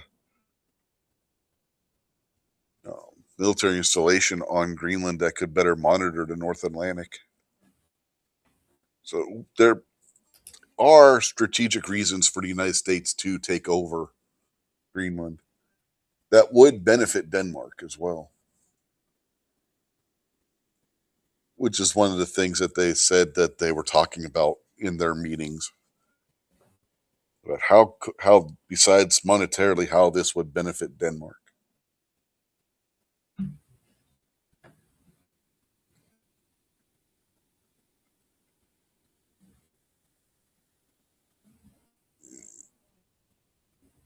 As it sits right now, Denmark doesn't really have the technology to go in and get the minerals that are on Greenland anyway. So for them, those just sitting there are doing them no good. So that's another aspect. But yeah, there's a lot of stuff that surrounds the whole Greenland thing. And the only reason why they even have a claim to Greenland is because way back in the Viking Age, when Greenland was discovered, it was Danish Vikings that discovered it. Never mind the fact that there already were people there. That's their claim to it. And at one point, the United States did have possession of Greenland. Do you know when? Mm-mm. World War II. After Denmark capitulated to the Nazis, the United States took control of Denmark in order to prevent the Nazis from building military installations on Greenland. The Nazis want, as part of their plan for Denmark, they wanted to build a submarine base in Greenland.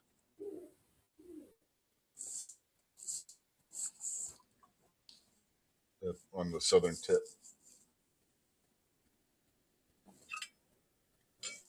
By the U.S. beating them to the punch that prevented that from happening.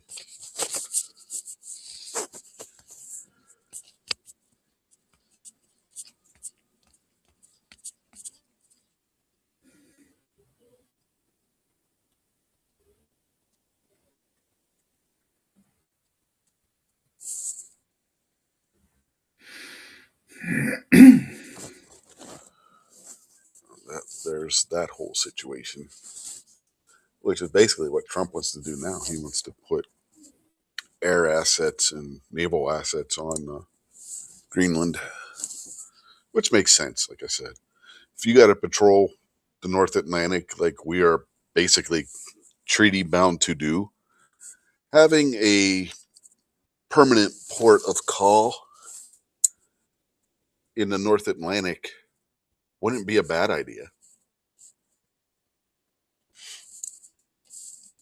And there's only like 30,000 people there now as it is. So it's not like you're displacing a huge population to do so. And Greenland's a huge place. It's cold too. Doesn't stop us from having Arctic expeditions. In Antarctic and whatnot. In Alaska, there's some pretty cold military bases up in Alaska. Vanessa Kitty, if she was strapped, I could tell you all about that. She was stationed at one of them.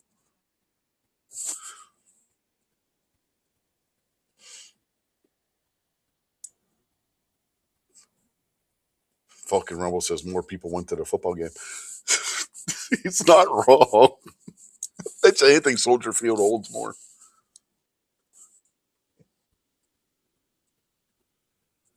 How many people does Soldier Field hold? All of them. Yeah.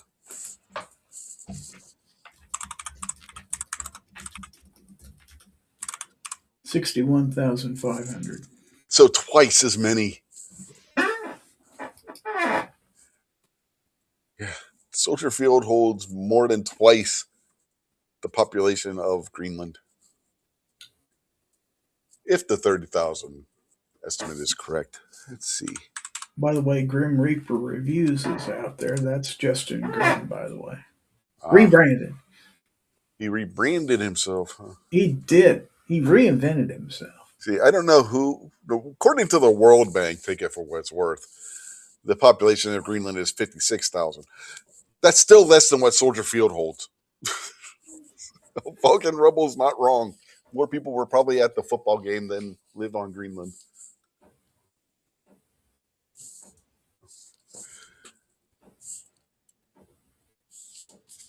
Oh, man. So, yeah. Anyway, evening, Justin. Denmark is threatening the U.S. with a Lego embargo.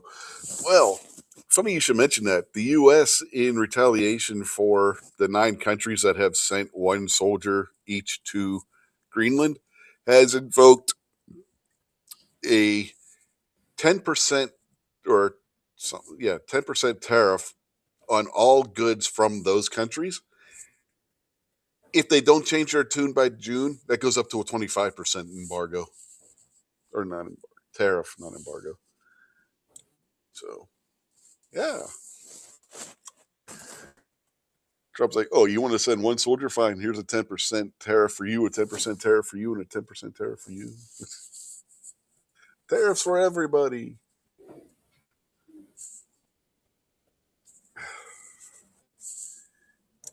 It's a crazy world we live in right now. A little bit.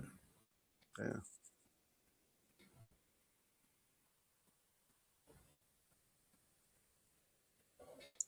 How much of the Europeans throwing a fit about Greenland is in response to the United States cutting off 60 different foreign aid programs, specifically most of them being UN-based?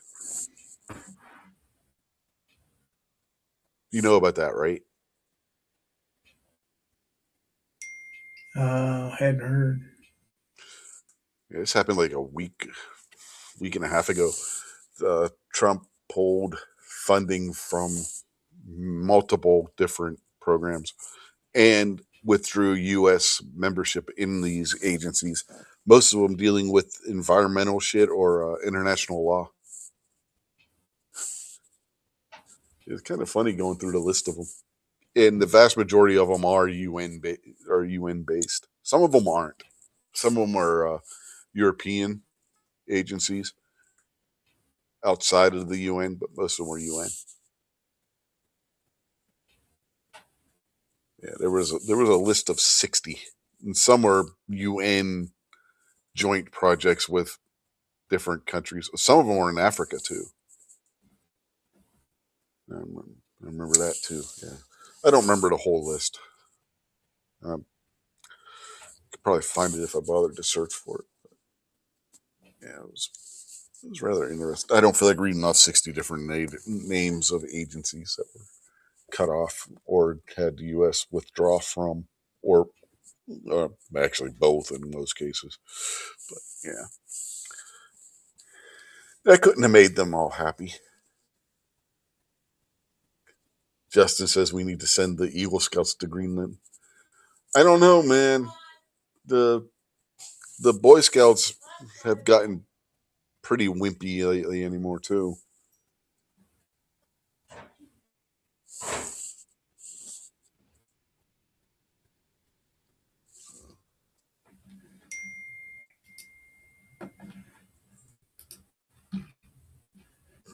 Mr. Bob says, at the UN, everyone look under your seat. You get a tariff, and you get a tariff, and you get a tariff. Everyone gets a tariff. The room erupts into cheers and applause.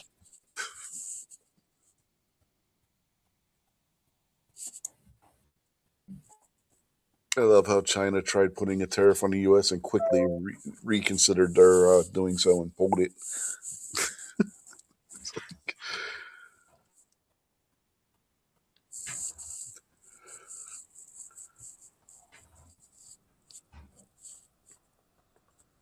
That was months ago when that happened. Yeah. So what else is going on? Yeah, Packer said they're not the Boy Scouts anymore. Scouting you. Thank you for proving my point.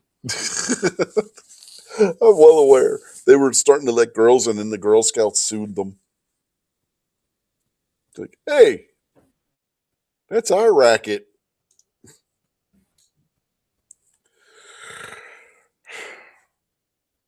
Ooh.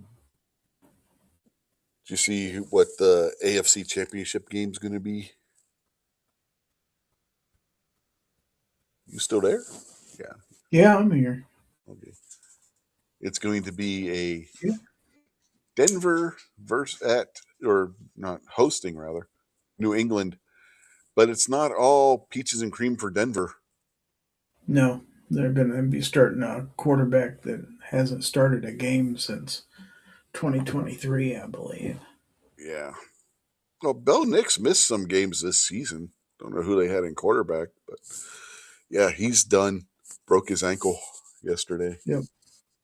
Yeah.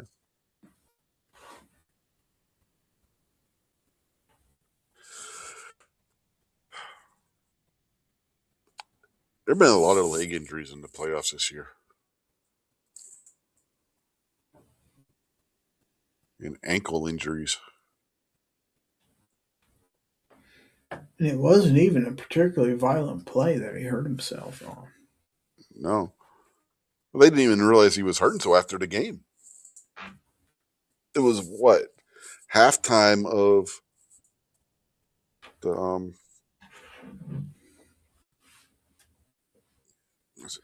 it's halftime of Buffalo and who did Buffalo play?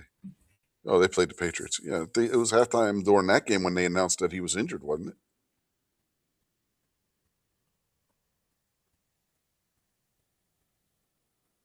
Because that was the first I saw it.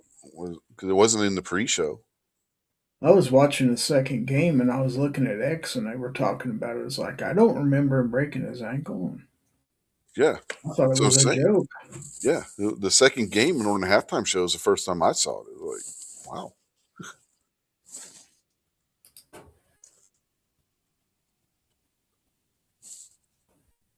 It was like, they had popped up on the screen, Bo Nix done for the playoffs. I was like, what? I had two things going on my computer monitor at the same time. I had the game on one half of the screen and a live feed I was watching from something else on the other side. Turned off that feed's audio and turned on the game audio, and like, he broke his ankle. Like, what the hell? When? Did he fall down the stairs after the game? Like, there was no indicator during the game that he was injured at all.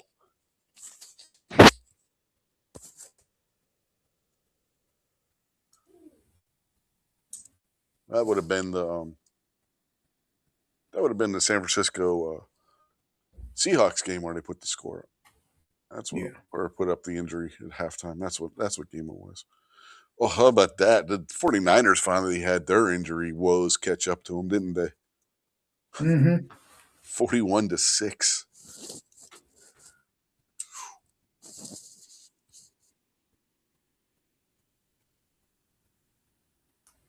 That was the game I was watching, in fact.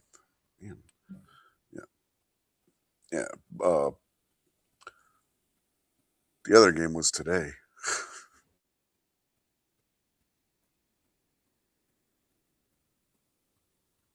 That was New England and Houston.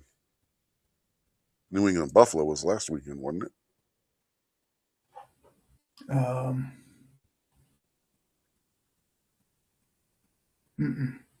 Now, who the hell did Buffalo play?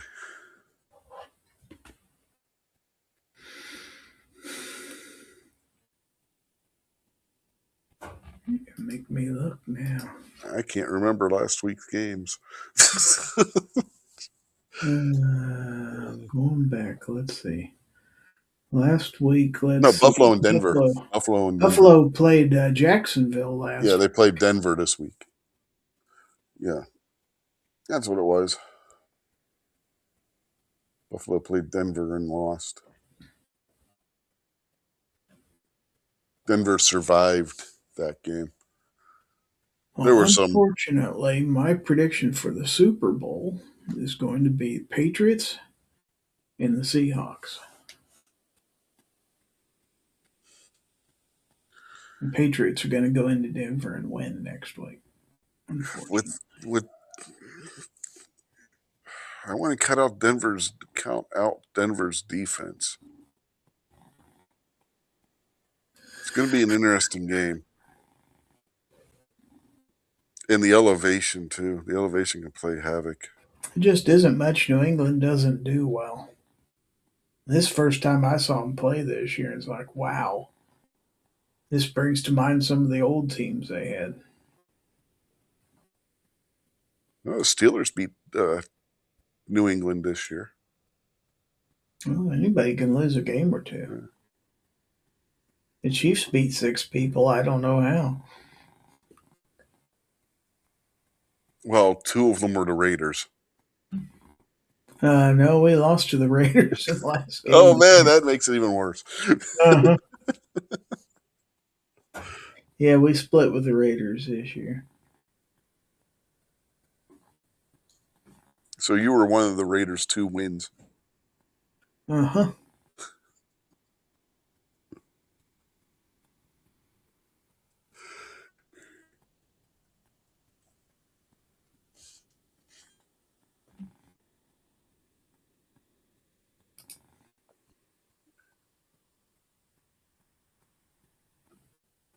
Well, it says we still got 8 viewers on YouTube, 1 on Rumble, and 3 on X.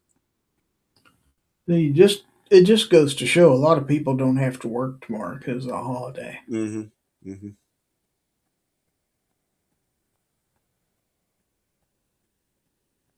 Boomstick says it's 17 degrees where he's at and 21 for high tomorrow. Yeah, it's pretty cold here too. Yesterday we had a high of like 19, and today it got up to 41. So, and Yeah, it's supposed to be cold again tomorrow, so it can't decide what it wants to do. Yeah, we're at 24 right now. With the wind chill, feels like 17. Tomorrow's high is supposed to be 30, but then drop down to 10. And then Tuesday, it's supposed to be cold again. And next weekend, it's supposed to be cold too. It's supposed to warm up a little bit during the week after Tuesday. Did you know that Fig Newtons were named for the city of Newton, Massachusetts, near Boston? No, I never actually looked that up. Honestly. Just happened to be on my Facebook feed. It's like, that's a random fact. Uh-huh. Yeah, very random.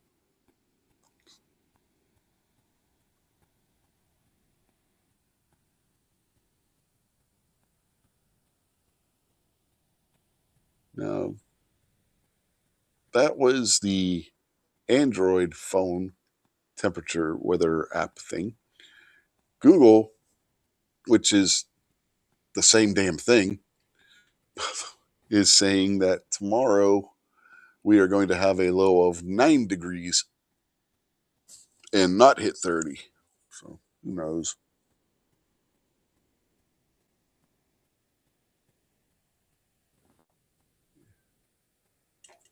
Rob says it is currently 22 in his neck of the woods in New York State.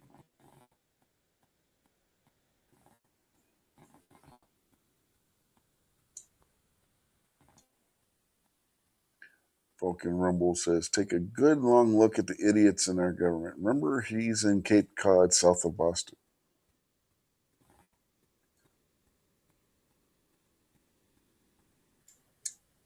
You know, you live in a place named for fish. Of course, that was a primary fishing spot for that variety of fish. Makes perfect sense, right? Mm-hmm.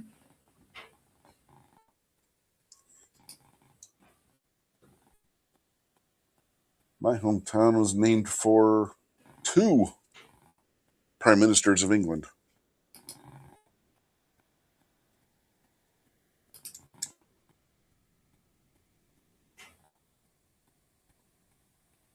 They were father and son.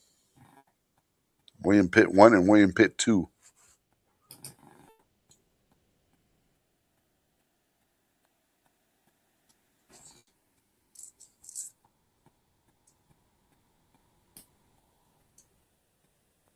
Oh, now you got Boomstick wanting a Fig Newton.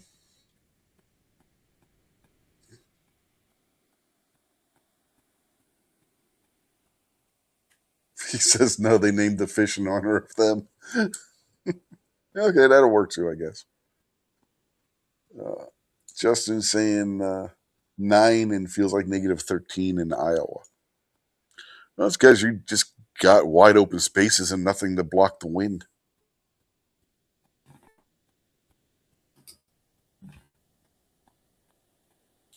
See, if you guys would buy some mountains from somebody, you could block the wind and anyone have that problem.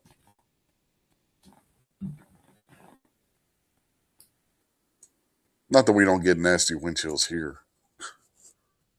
because we do, just not right now. Well, I guess 17 is not a great wind chill. It's not negative 13 though. Negative 13, I want to be going out the front door. I tell you what.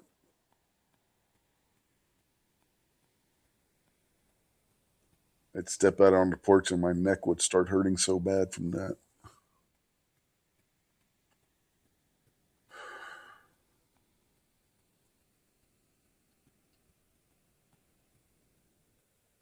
It's like last week we had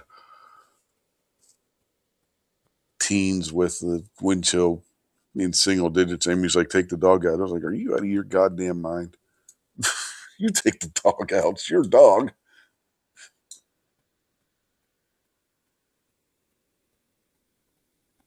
Packrat says it's 49 in San Antonio.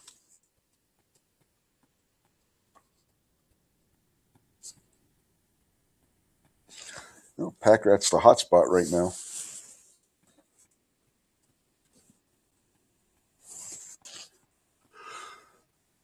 Yeah. Dang it. Already been going for 2 hours? Wow.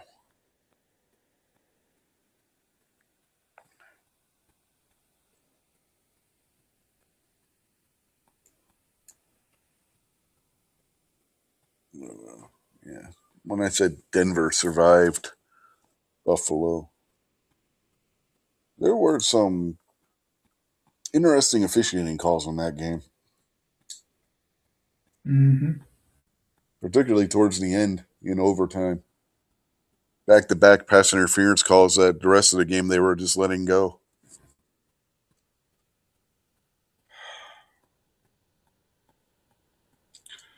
Mr. Bob said, here it's cold, feels like cold. Yeah, same here. It's winter. That tends to happen.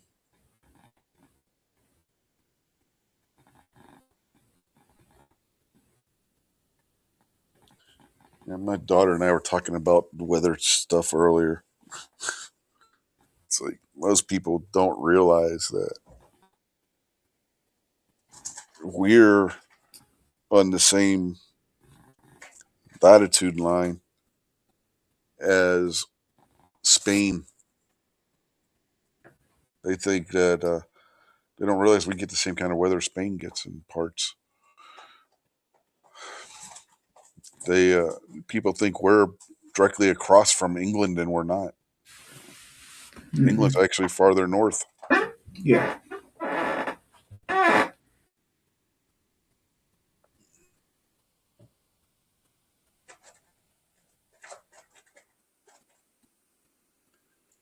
For some reason, Mr. Bob says he has bacon fat taped to his finger. Interesting.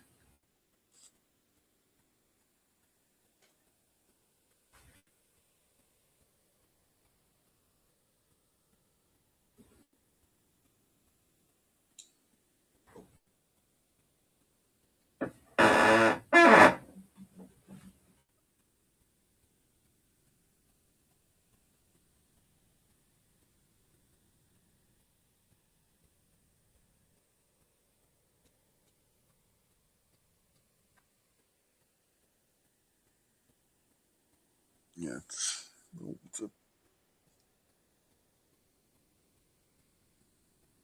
Justin said his wife is watching a show on Spain right now. Amy had, before she went to bed, just finished binge watching a show that aired a few years ago that my daughter and I had already watched on H.H. Holmes, where guy who claims to be his descendant was insisting that he was Jack the Ripper and couldn't take no for an answer.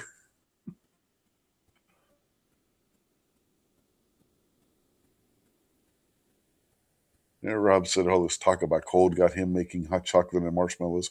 Or maybe it's just the fact that you're in New York and it's cold there, and you know. Boomstick says Congress needs to pass a law against winter. Well, the one Frosty the Snowman cartoon, that the old guy who came up with the anti-snow spray was kind of wanting to do that.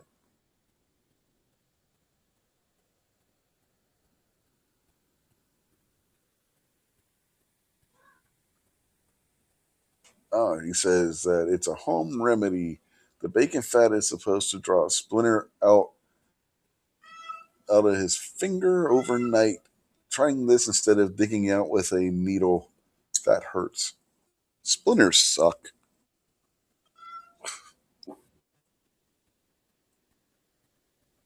I had one get infected on the palm of my left hand one time.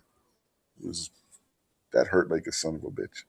Thought I had gotten it all out because it was like a wood chip in wood shop.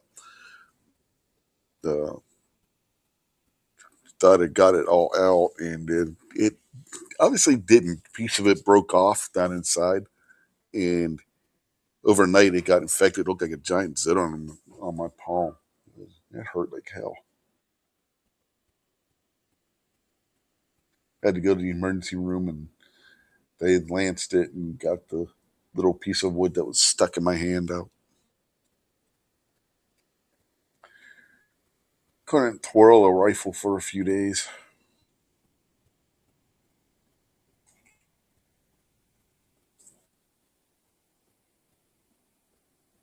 They had my hand all bandaged up. Fun times. Boomstick says he uses the bacon grease to oil his guns.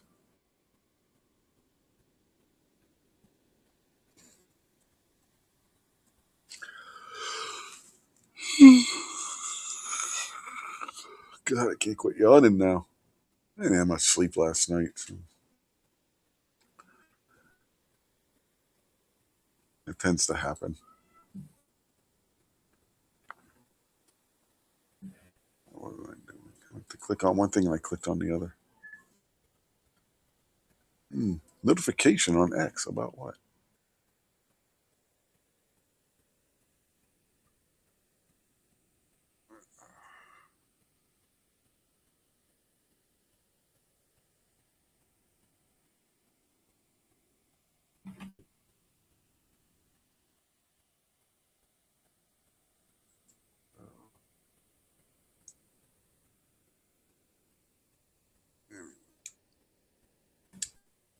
What else is going?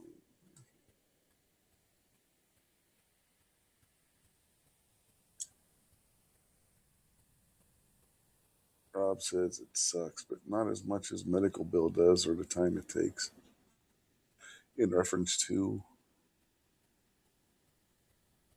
I don't know. Mr. Bob says naps are the best part of retirement. Well, when you have insomnia, naps aren't exactly the easiest thing to do either. Oh, sorry, what were you saying? I said that's true. Naps are wonderful.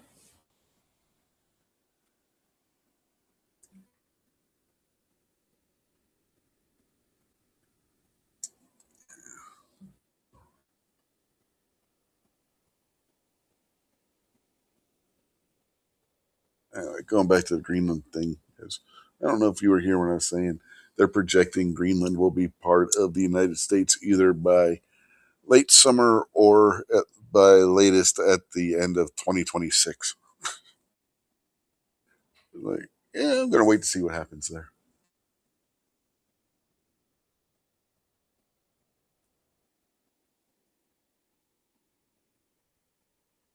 Yeah. Justin says the biggest splinter for him was a thorny locust tree spike went through his hand. He jumped over a little creek, lost his balance, put his hand down to stop from falling, and the tree did the rest. Oof. That had to hurt like a son of a.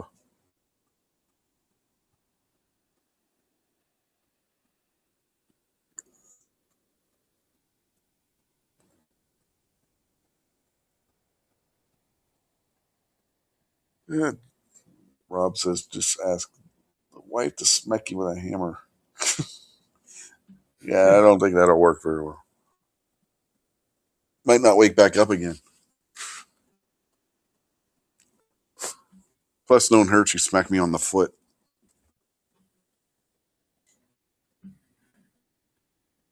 Boomstick says it's his first year of retirement. He's enjoying it all except for the lack of money.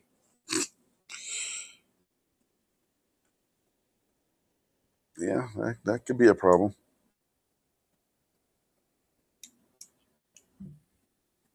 I gotta call the one veterans evaluation service and thing tomorrow and set up for the evaluation for the latest claims I filed with the VA. Hopefully this one they won't give me such a hard time over, since it's supposed to be the conditions that I'm filing for are supposed to be presumptive.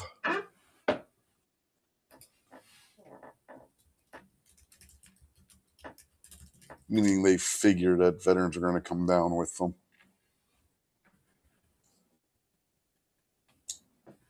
And both hypertension and kidney disease are comorbidities, so that just makes it all the more special, since those are 2 of my service-connected disorders.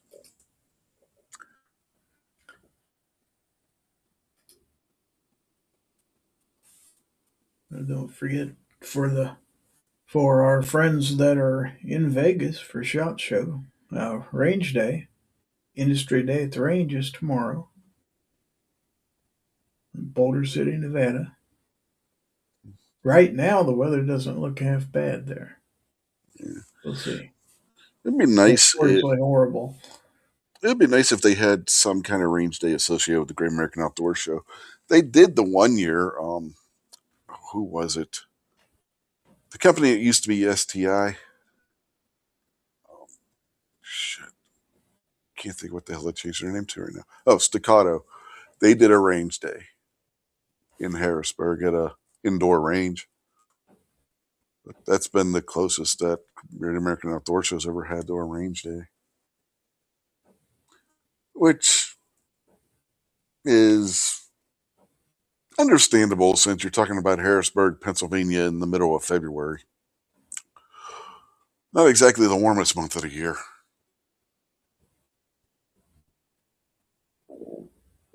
And you could very well end up having range day in a snowstorm. So, it's like, yeah, I can see why they don't. But it would be nice to have one. Somebody, third party or something, do indoor range, have a range day. Or in a couple different there's a couple different indoor ranges in the area they could do one at. Have SIG do one here, HK do one here. Right. It's like when we went to Goals, did you know there was one for Glock at Smoky Mountain Guns and Ammo? Seems like I heard about it. It was like the day before range day. They were having that event there. Because remember, the first year Glock wasn't at Goals.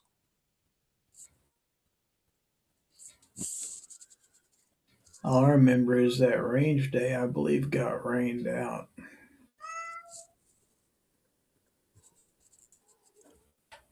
Well, the one where you had fish swimming by? Was it that one? No, it wasn't that one. It was at NRAM that same year. Yeah. That was down in Dallas. That one got rained out. Yeah, because you had... Didn't somebody have a catfish swim by them or something? Yes. There was a little bit of a drainage ditch in behind one booth, and somebody said they actually saw a fish swim by. Yeah, that was one of the worst driving rainstorms I've ever been in. Mm-hmm. That's bad. Yeah. Oh, I just came up with another reason for you to go to Great American Outdoor Show. The American Civil War Museum is in Harrisburg, not far from the farm center where the show takes place. Amy and I went there one year. It was pretty cool. Yeah, but if I did that, I'd want to go see Gettysburg too. Well, Gettysburg's right down the road. You head down 83 through York, and that'll take you right to Gettysburg. Gettysburg's very close to Harrisburg, which is the whole reason why the Battle of Gettysburg happened in the first place. Lee was heading towards Harrisburg.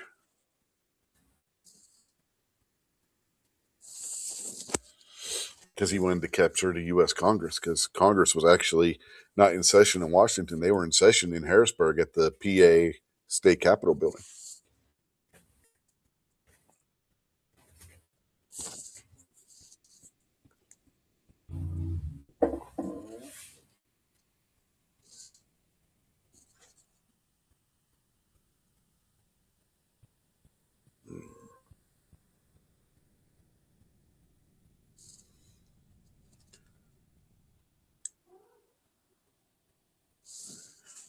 Yeah, tomorrow's going to be kind of a boring day. No mail service. Half the stuff closed. Mm-hmm. Yeah, Martin Luther King Day tomorrow, folks, if you don't know that.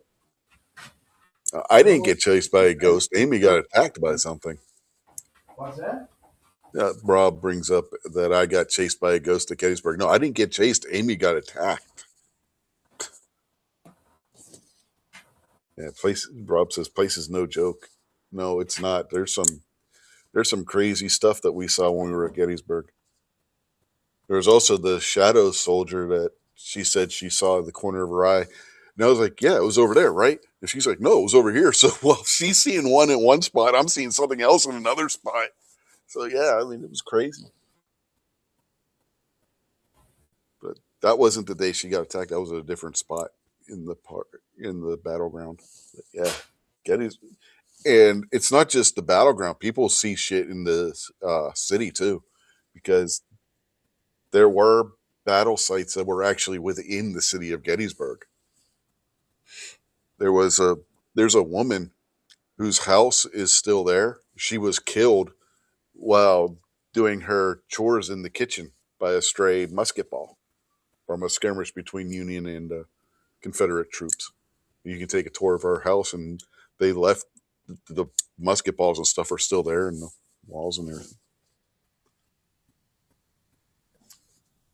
It was one of the sites that was turned into a historic site at the end of the war, or at the end of the battle.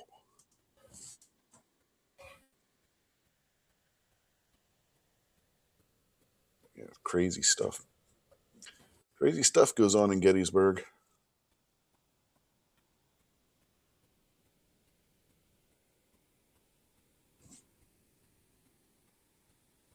And it's pretty spread out.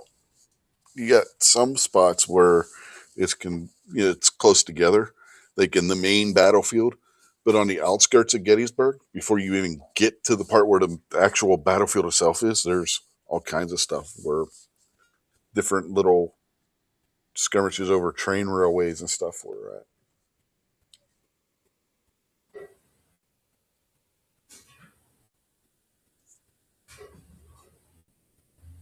Packrat says there was a Civil War battle in Arizona. There were Civil War battles all over the place. And a lot of them that people don't realize. There were naval Civil War battles that were part of the Civil War that were fought in the Pacific Ocean. Off the coast of California and up into Alaska. Yeah. People don't realize all this. In fact, there was one where a U.S. ship attacked a Confederate blockade runner after the war, but they didn't know it was after the war. And they were afraid to go back into port because they found out after the fact that the war had ended. They were afraid to go back to port because they thought they were going to be tried for piracy. They didn't realize the war had been over.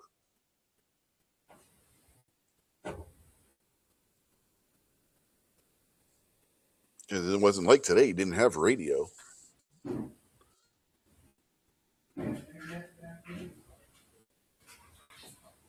Yeah, Rob says the week of Independence Day, lots of the places are free with stuff going on at them for the public for free. Well, that's the crazy thing about Gettysburg.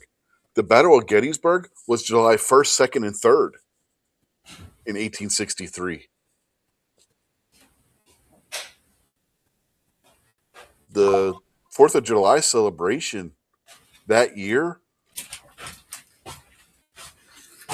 for most of the country was a very somber event for the places that celebrated because of the Battle of Gettysburg happening that same time frame.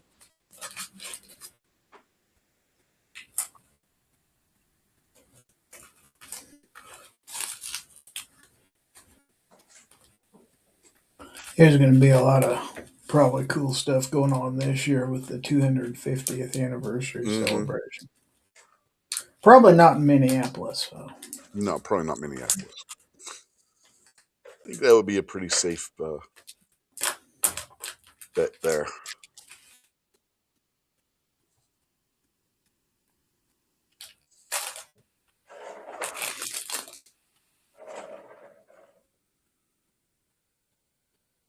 But from what I understand, if you get outside of Hennepin County, most of Minnesota is fairly normal.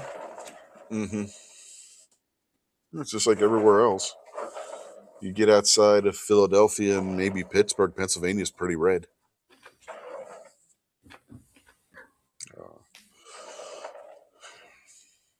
Same with New York. Most of upstate New York's a pretty red area. I've been there. We were talking about Colorado earlier. Colorado went to shit because of all the California vacationers, and then deciding they wanted to move there, at least for part of the year. They don't even live there the whole year. Yeah, I went to Niagara Falls one year. It's actually really pretty up there. Mm-hmm. Oh, I've been there. Really cool place to visit.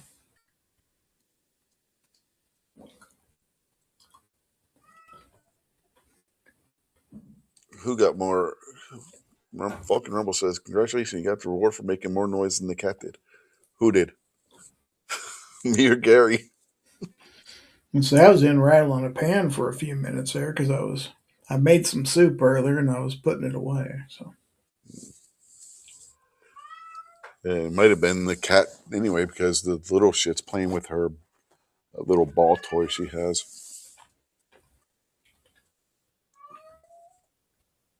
Oh, you shut up. Just because Snowball's not here doesn't mean you have to take over. Yeah, you weren't here, Snowball. The big loudmouth, he got a new home today. no, voluntarily or was he rehomed? He was rehomed. One of Amy's coworkers was wanting to take him. It's the whole reason why we still had him and why I hadn't killed him yet. He just had to wait until he moved from his apartment into the house he was buying. He had to wait till his lease was all up and everything, and so he didn't get hit with penalties for moving out before the lease was up.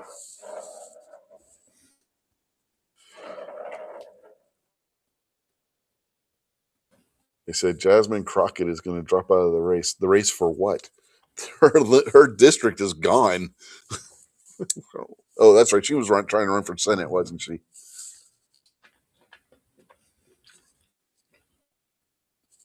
That woman is absolutely stupid as a...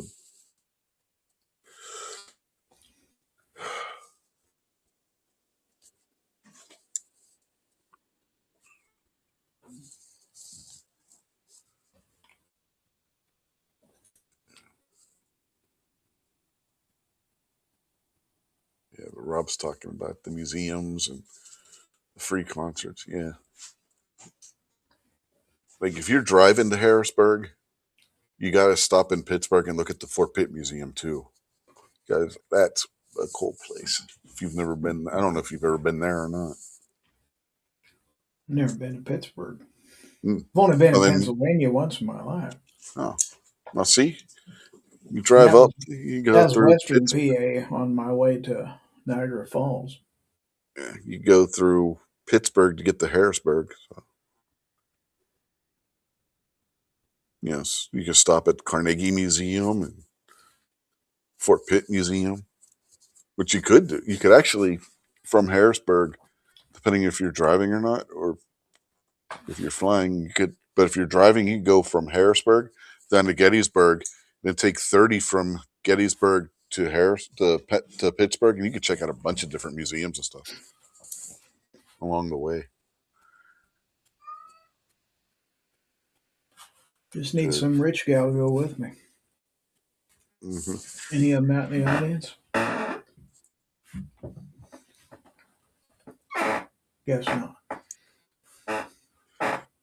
Yeah, Rob says as far as the museums and stuff, he took his mother about 5 years ago.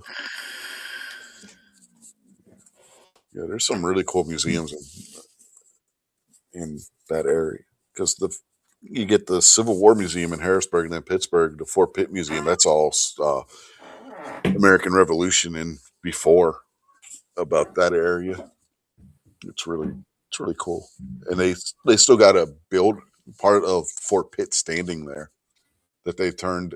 The floor level is the gift shop for the museum. And then upstairs, there's an exhibit about how the troops used the blockhouse and stuff. It was basically one of the corner sections of the fort where the walls would join together, and you'd have this big brick building there. Mm-hmm.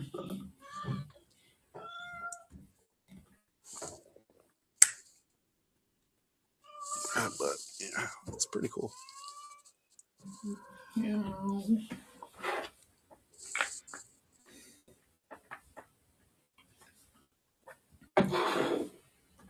Then, you know, you could go south of Pittsburgh and hit Fort Necessity, which was Washington's first command, which he lost to the French. But General Braddock's grave and stuff's down there too.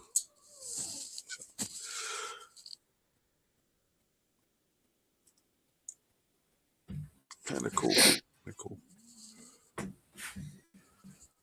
Lots of historical sites that most people overlook in that area. Braddock was, for those who don't know, Braddock was Washington's mentor when they were both in the British military.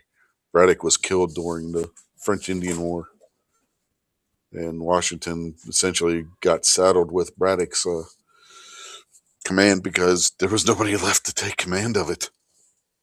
What was left of it. The whole point was they were supposed to march up to what's now Pittsburgh and take Fort Duquesne. Failed, turned around and made a last stand at Fort Necessity, and Washington brokered a retreat where the French guaranteed them free passage if they abandoned the fort, and Washington took them up on it and basically saved what was left of the command in the process, or the French were going to wipe them out completely.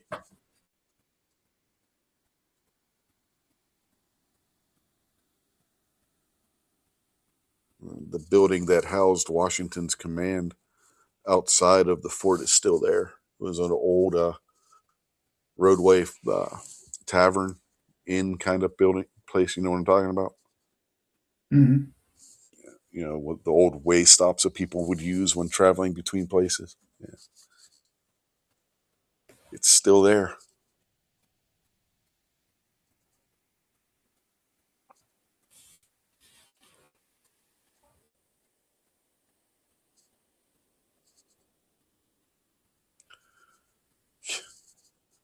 Boomstick says, Lancaster, Ohio, the health department is in a huge old mansion that was a Civil War hospital. The place looks spooky. He jokingly asked the women there if they were ghosts, and they froze in fear and said yes. I can believe it. Wouldn't surprise me in the least. If there's going to be ghosts, it's going to be someplace like that. That's for darn sure. Anything connected with that war. I mean, you go on Gettysburg College's campus, and there are buildings there that were used as Civil War hospitals, and they're supposed to be extremely haunted. There was one account on one show I was watching where the woman was talking about her experience in the administration building. They were going down the elevator to leave after work, their shift ended, and the elevator didn't stop on the ground floor where it was supposed to stop. It continued on to the basement, and when the doors opened, she said it was a Civil War surgery and the doctor kept waving them in like they were there to help them. She said it freaked the living hell out of her and her friend. Yeah, I could see that. Mm-hmm.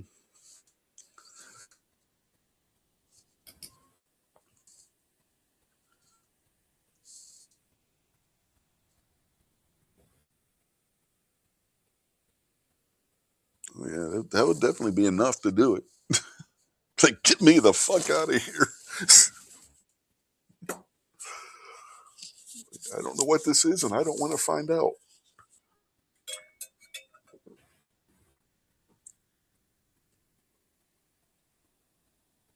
Yeah, she said the one, when she was describing it, and her friend was there who had witnessed this, was there with her too. They still hung out and everything. They still worked there even. She was like, yeah, look through the elevator door and got the doctor waving us in, and then behind him there's another doctor or nurse, whatever, sawing off some guy's leg. Yeah, that would be freaky. She's like, the worst part is you could see through them too. So while the doctor was they assume it was a doctor anyway, that was waving them into the room. She said you could see through him to see the other guy sawing off the other guy's leg at the same time. That would be extra creepy, for sure. No doubt about that.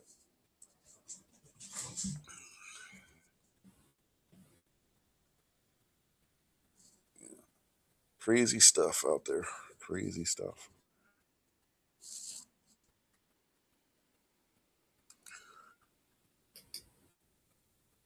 Yeah, if you're ever in Gettysburg and you start smelling something foul, get the hell out of there. That's Amy's takeaway from Gettysburg. If you start smelling something foul, get away from that area. Because it just smelled like a normal autumn day. You know how you're in the woods, you get the woodsy smells. Mm-hmm.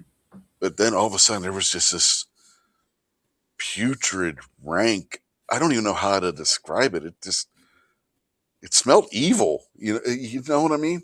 It was nasty. If there's a smell that accompanies evil, this is what that smell is that we smelled before she had her encounter, shall we say? Nasty odor, really, really nasty. Smell like dead, or evil, or I don't know how to. It's one of those things you don't know how to describe it. You know what I mean? Mm-hmm. Yeah, it was atrocious.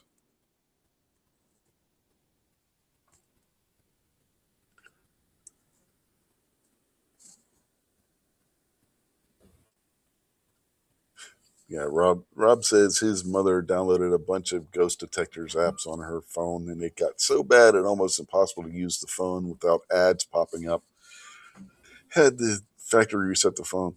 Yeah, I can see that. A lot of that shit is a scam because you need to have, if you're going to have anything, you need to have an actual like uh, multimeter or something like that. The shit they try and sell you for on your phone, it's a bunch of horse shit. It doesn't do anything. Like if you try using it to measure the voltage coming off your outlet or something, it's not gonna do anything. I'm not saying there's actual instruments that detect ghosts or anything. I don't know, but as far as being something useful that they claim the device is, it's not. Yeah, like Rob says, for the love of God, don't download stupid apps. Yeah, exactly.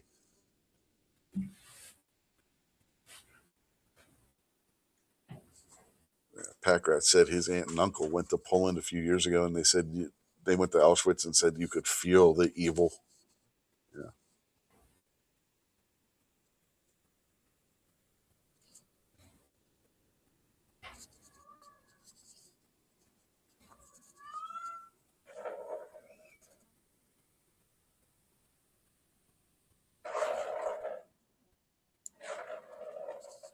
And Rob said he agrees about the apps that they try and sell you for that you can detect ghosts with this.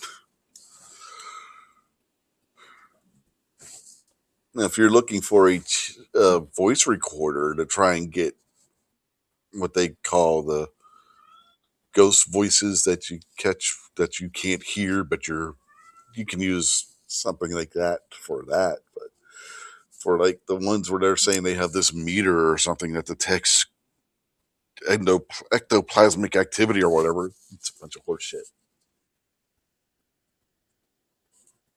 Mr. Bob says, "What do you mean my phone doesn't have ghost detecting hardware?" Well, for one thing, your phone would have to have the capability to detect electrical voltages and whatnot, and it doesn't. Electromagnetic pulses, it doesn't. Your phone doesn't have that kind of equipment on it, folks. Don't buy these apps that tell you that they can make your phone do that. They can't. They don't have the sensors for it.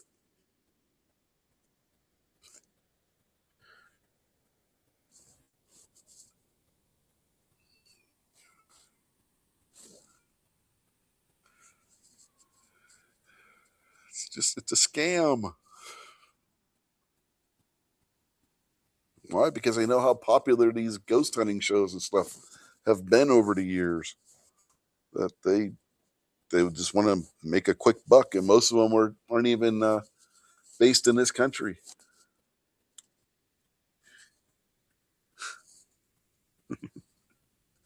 Mr. Bob says, "But I got the Ghostbusters case and everything."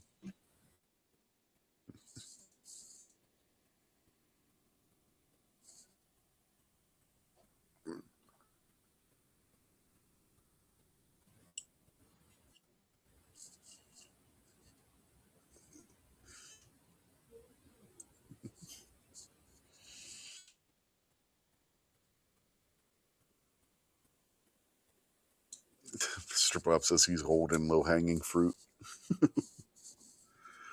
You don't have to be old. Sometimes you just have to be not tech savvy.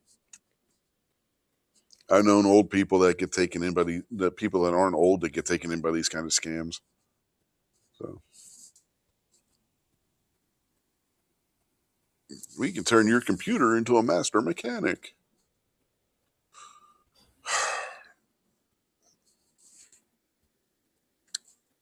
One hard drive wipe later, the person's computer was working again. Yeah, don't fall for that shit, please.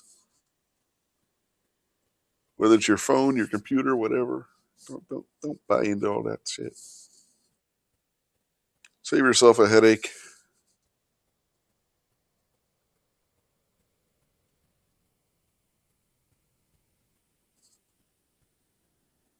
Yeah, Rob says, doesn't matter what the topic is. A lot of cases, 90% is BS to make money. Mm-hmm.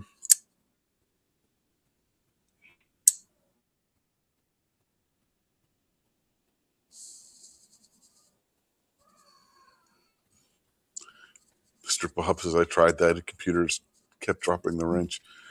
Well, it's mostly for these newer cars that have the plug where you attach the cable to it, and then you can attach it to your phone or your laptop or whatnot. A lot of people fall for these scams that say you do this and you upload this program into your car and it'll make it faster.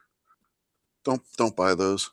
There are legitimate companies that produce things that can be used for diagnostics and stuff. If you don't know what you're buying, don't.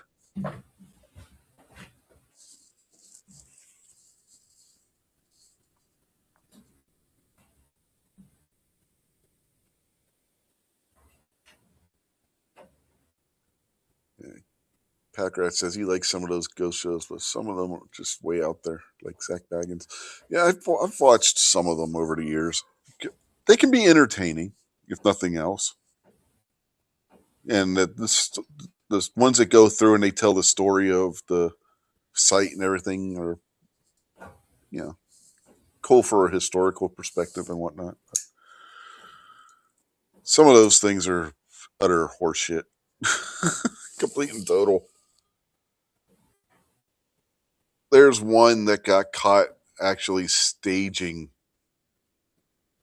going in and pre-staging the haunting events and stuff. They were literally busted doing it. It was they were at the one place out in California where the Blue Lady shows up. They were rigging the bar and stuff with vibration sensors and stuff. And the crew from Ghost Hunters went in to investigate, and they're the ones that caught them doing it because, like, wait a minute, this ain't right. And they started pulling out wires and stuff that they found under the bar, and it all tracked to these things that caused the vibration. Like, yep, we're out of here.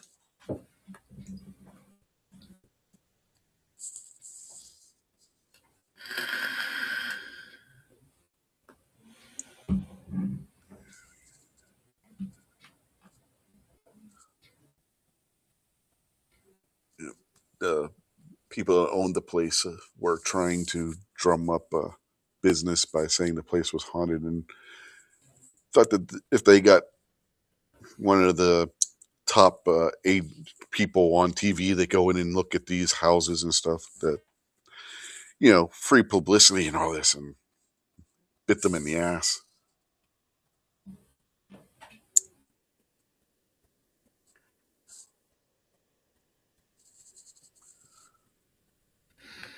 And the Ghost Hunter guys, they were pissed about it. They were angry. Like, we wasted all this money to come across the country and you set up this bullshit. Like,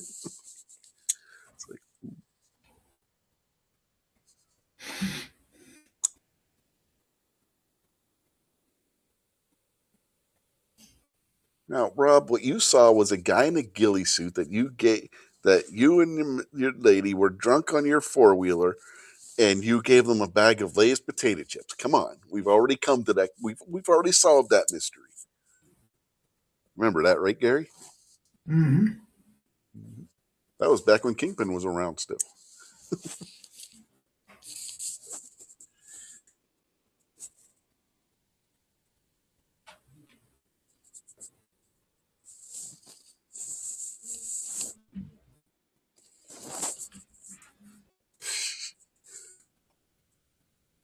Six says he kids you not. He had gotten 98 scam calls and one. God, can't quit yawning. Damn it. Anyway, where was I? He had 98 scam calls in one day. Had to have a call filter, but still a few get through, enough to where he's learned to speak a little Hindi. Enough to swear, anyway.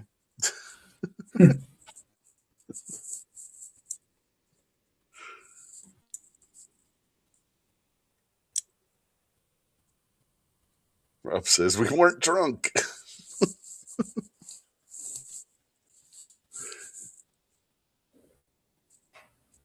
Mr. Bob says he hasn't trusted anyone named Baggins since Leonard Nimoy sang about Bilbo Baggins. Bilbo Baggins of Bag End in the Shire. Uncle of Frodo Baggins. The Ring Bearer.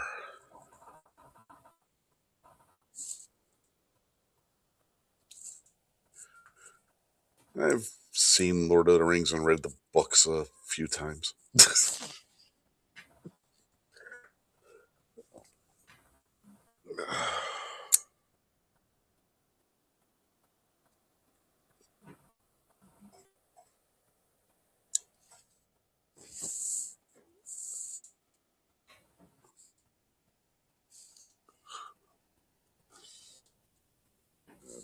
What else is going on? Anything?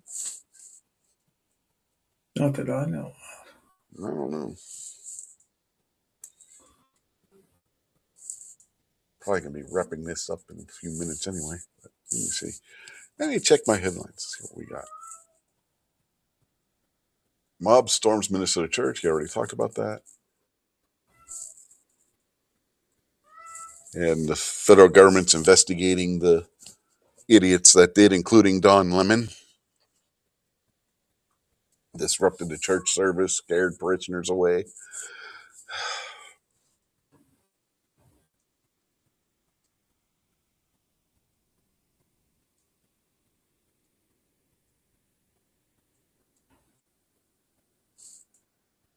Father opens fire on entire family. 19-year-old daughter survives deadly rampage. Shot by husband's teen lover, mom lives with bullet in her head decades later. Well, that's got to be the what's-her-face story, right? It's anything. Yep. It's what I thought it was. Why the fuck? I swear. I am so sick of things blocking ad blockers. The Long Island Lolita survivor Mary Jo Buttafuoco says bullet in her head will get me eventually. So, yeah. Yeah, what the hell was her name? Oh, Amy Fisher. Okay. Yeah. Oh, yeah. Yeah.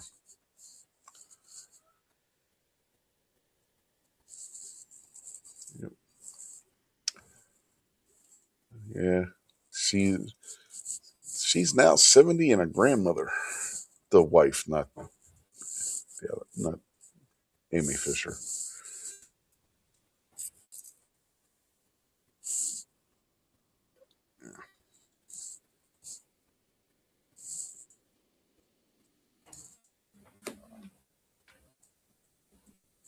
Said, I have permanent damage that will never heal.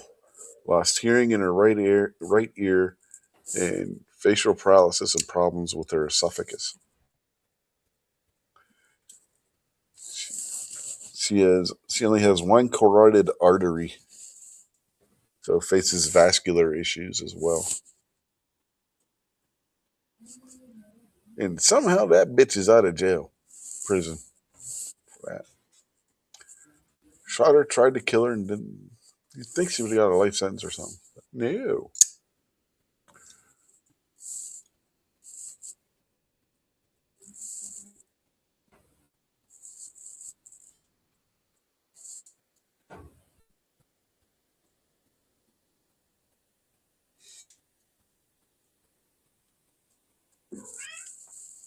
Oh, no wonder it was only 25. What, too soon?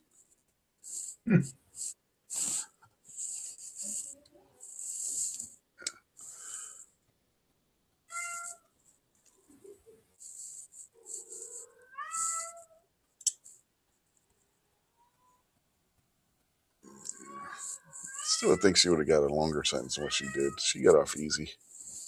So did her Buttafuoco's husband, for that matter, because he was behind it too. You know, he denied vehemently that he wasn't.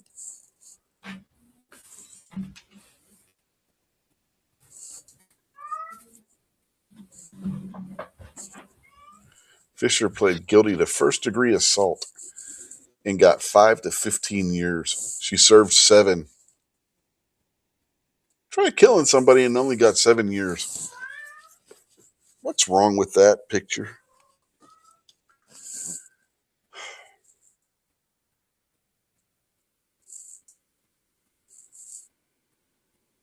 It's not like it wasn't premeditated either.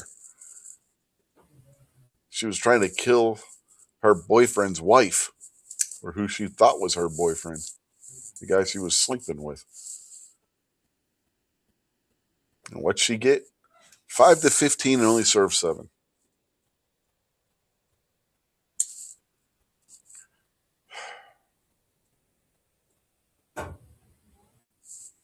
There are some instances where plea bargains should not be used in that case. We're on to a taking off. So evening, Ron. Have a good night.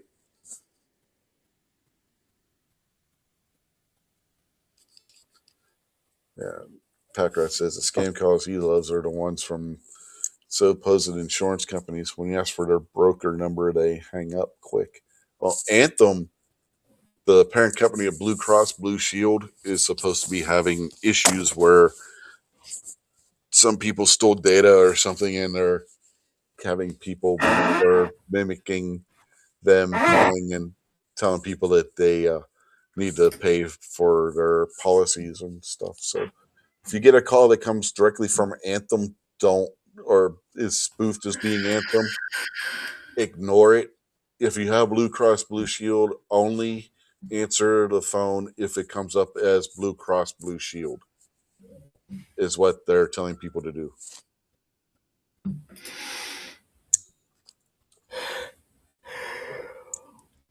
You sound like you're ready to fall asleep.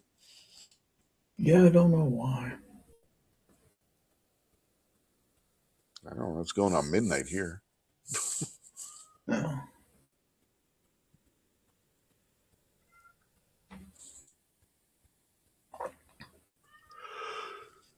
Yeah, you got me yawning again. Copycat. Oh, you're the copycat because I was yawning first. You got me, and then you started yawning, and I started yawning again. It's all your fault.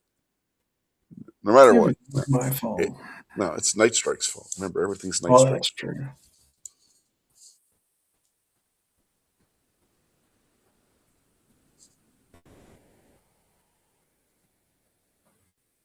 I actually saw a product the other day that had the Night Strike name on it. I highly doubt it was him, but I doubt it. It was spelt the same way.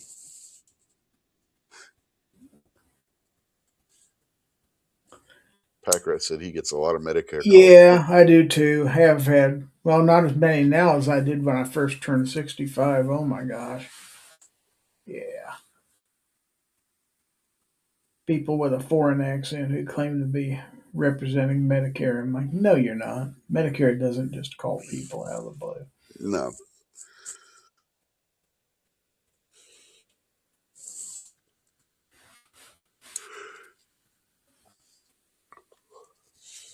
Of course, I still say we both got the same Apu that was working at UPS that time. Probably. It's like, that guy was no help whatsoever.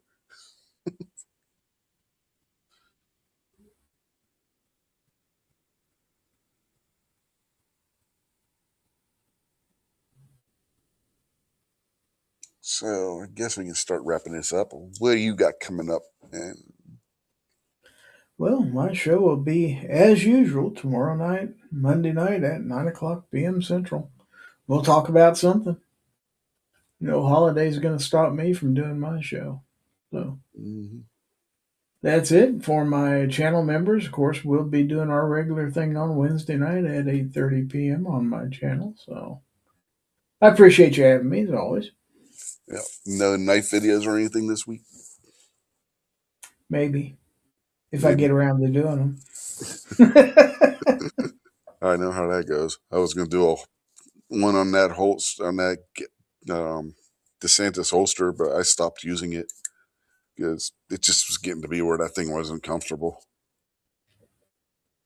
We took one ride to Morgantown and back, and by the time we got back, my hip was hurting. I was like, fuck this holster. I went back to using my VersaCarry again. That thing was not comfortable.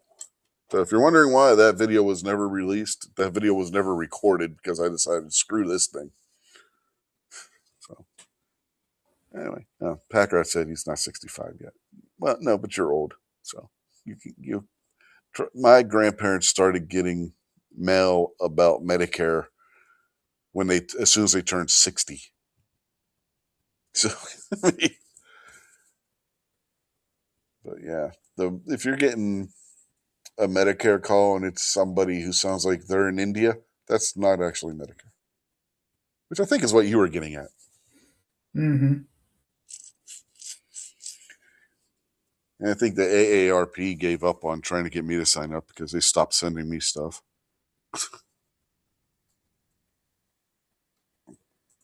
Anyway, with that said, we will bid you all adieu for this week. We will see you tomorrow night hopefully on Mr. Gizzard Gary's Foul Territory, which can be found on YouTube and where else? Rumble and Twitch. All right, there you go, folks. If you're out there on X or Rumble and you're not watching Gizzard's show, you should. It's good. It's a good show. So I try. Yeah. Primary place would be YouTube, but yeah, like you said, you can also find it on Twitch and Rumble. So yes, do so. And we will catch you all later. Have a good night. And we'll see you next week. For this show, anyway.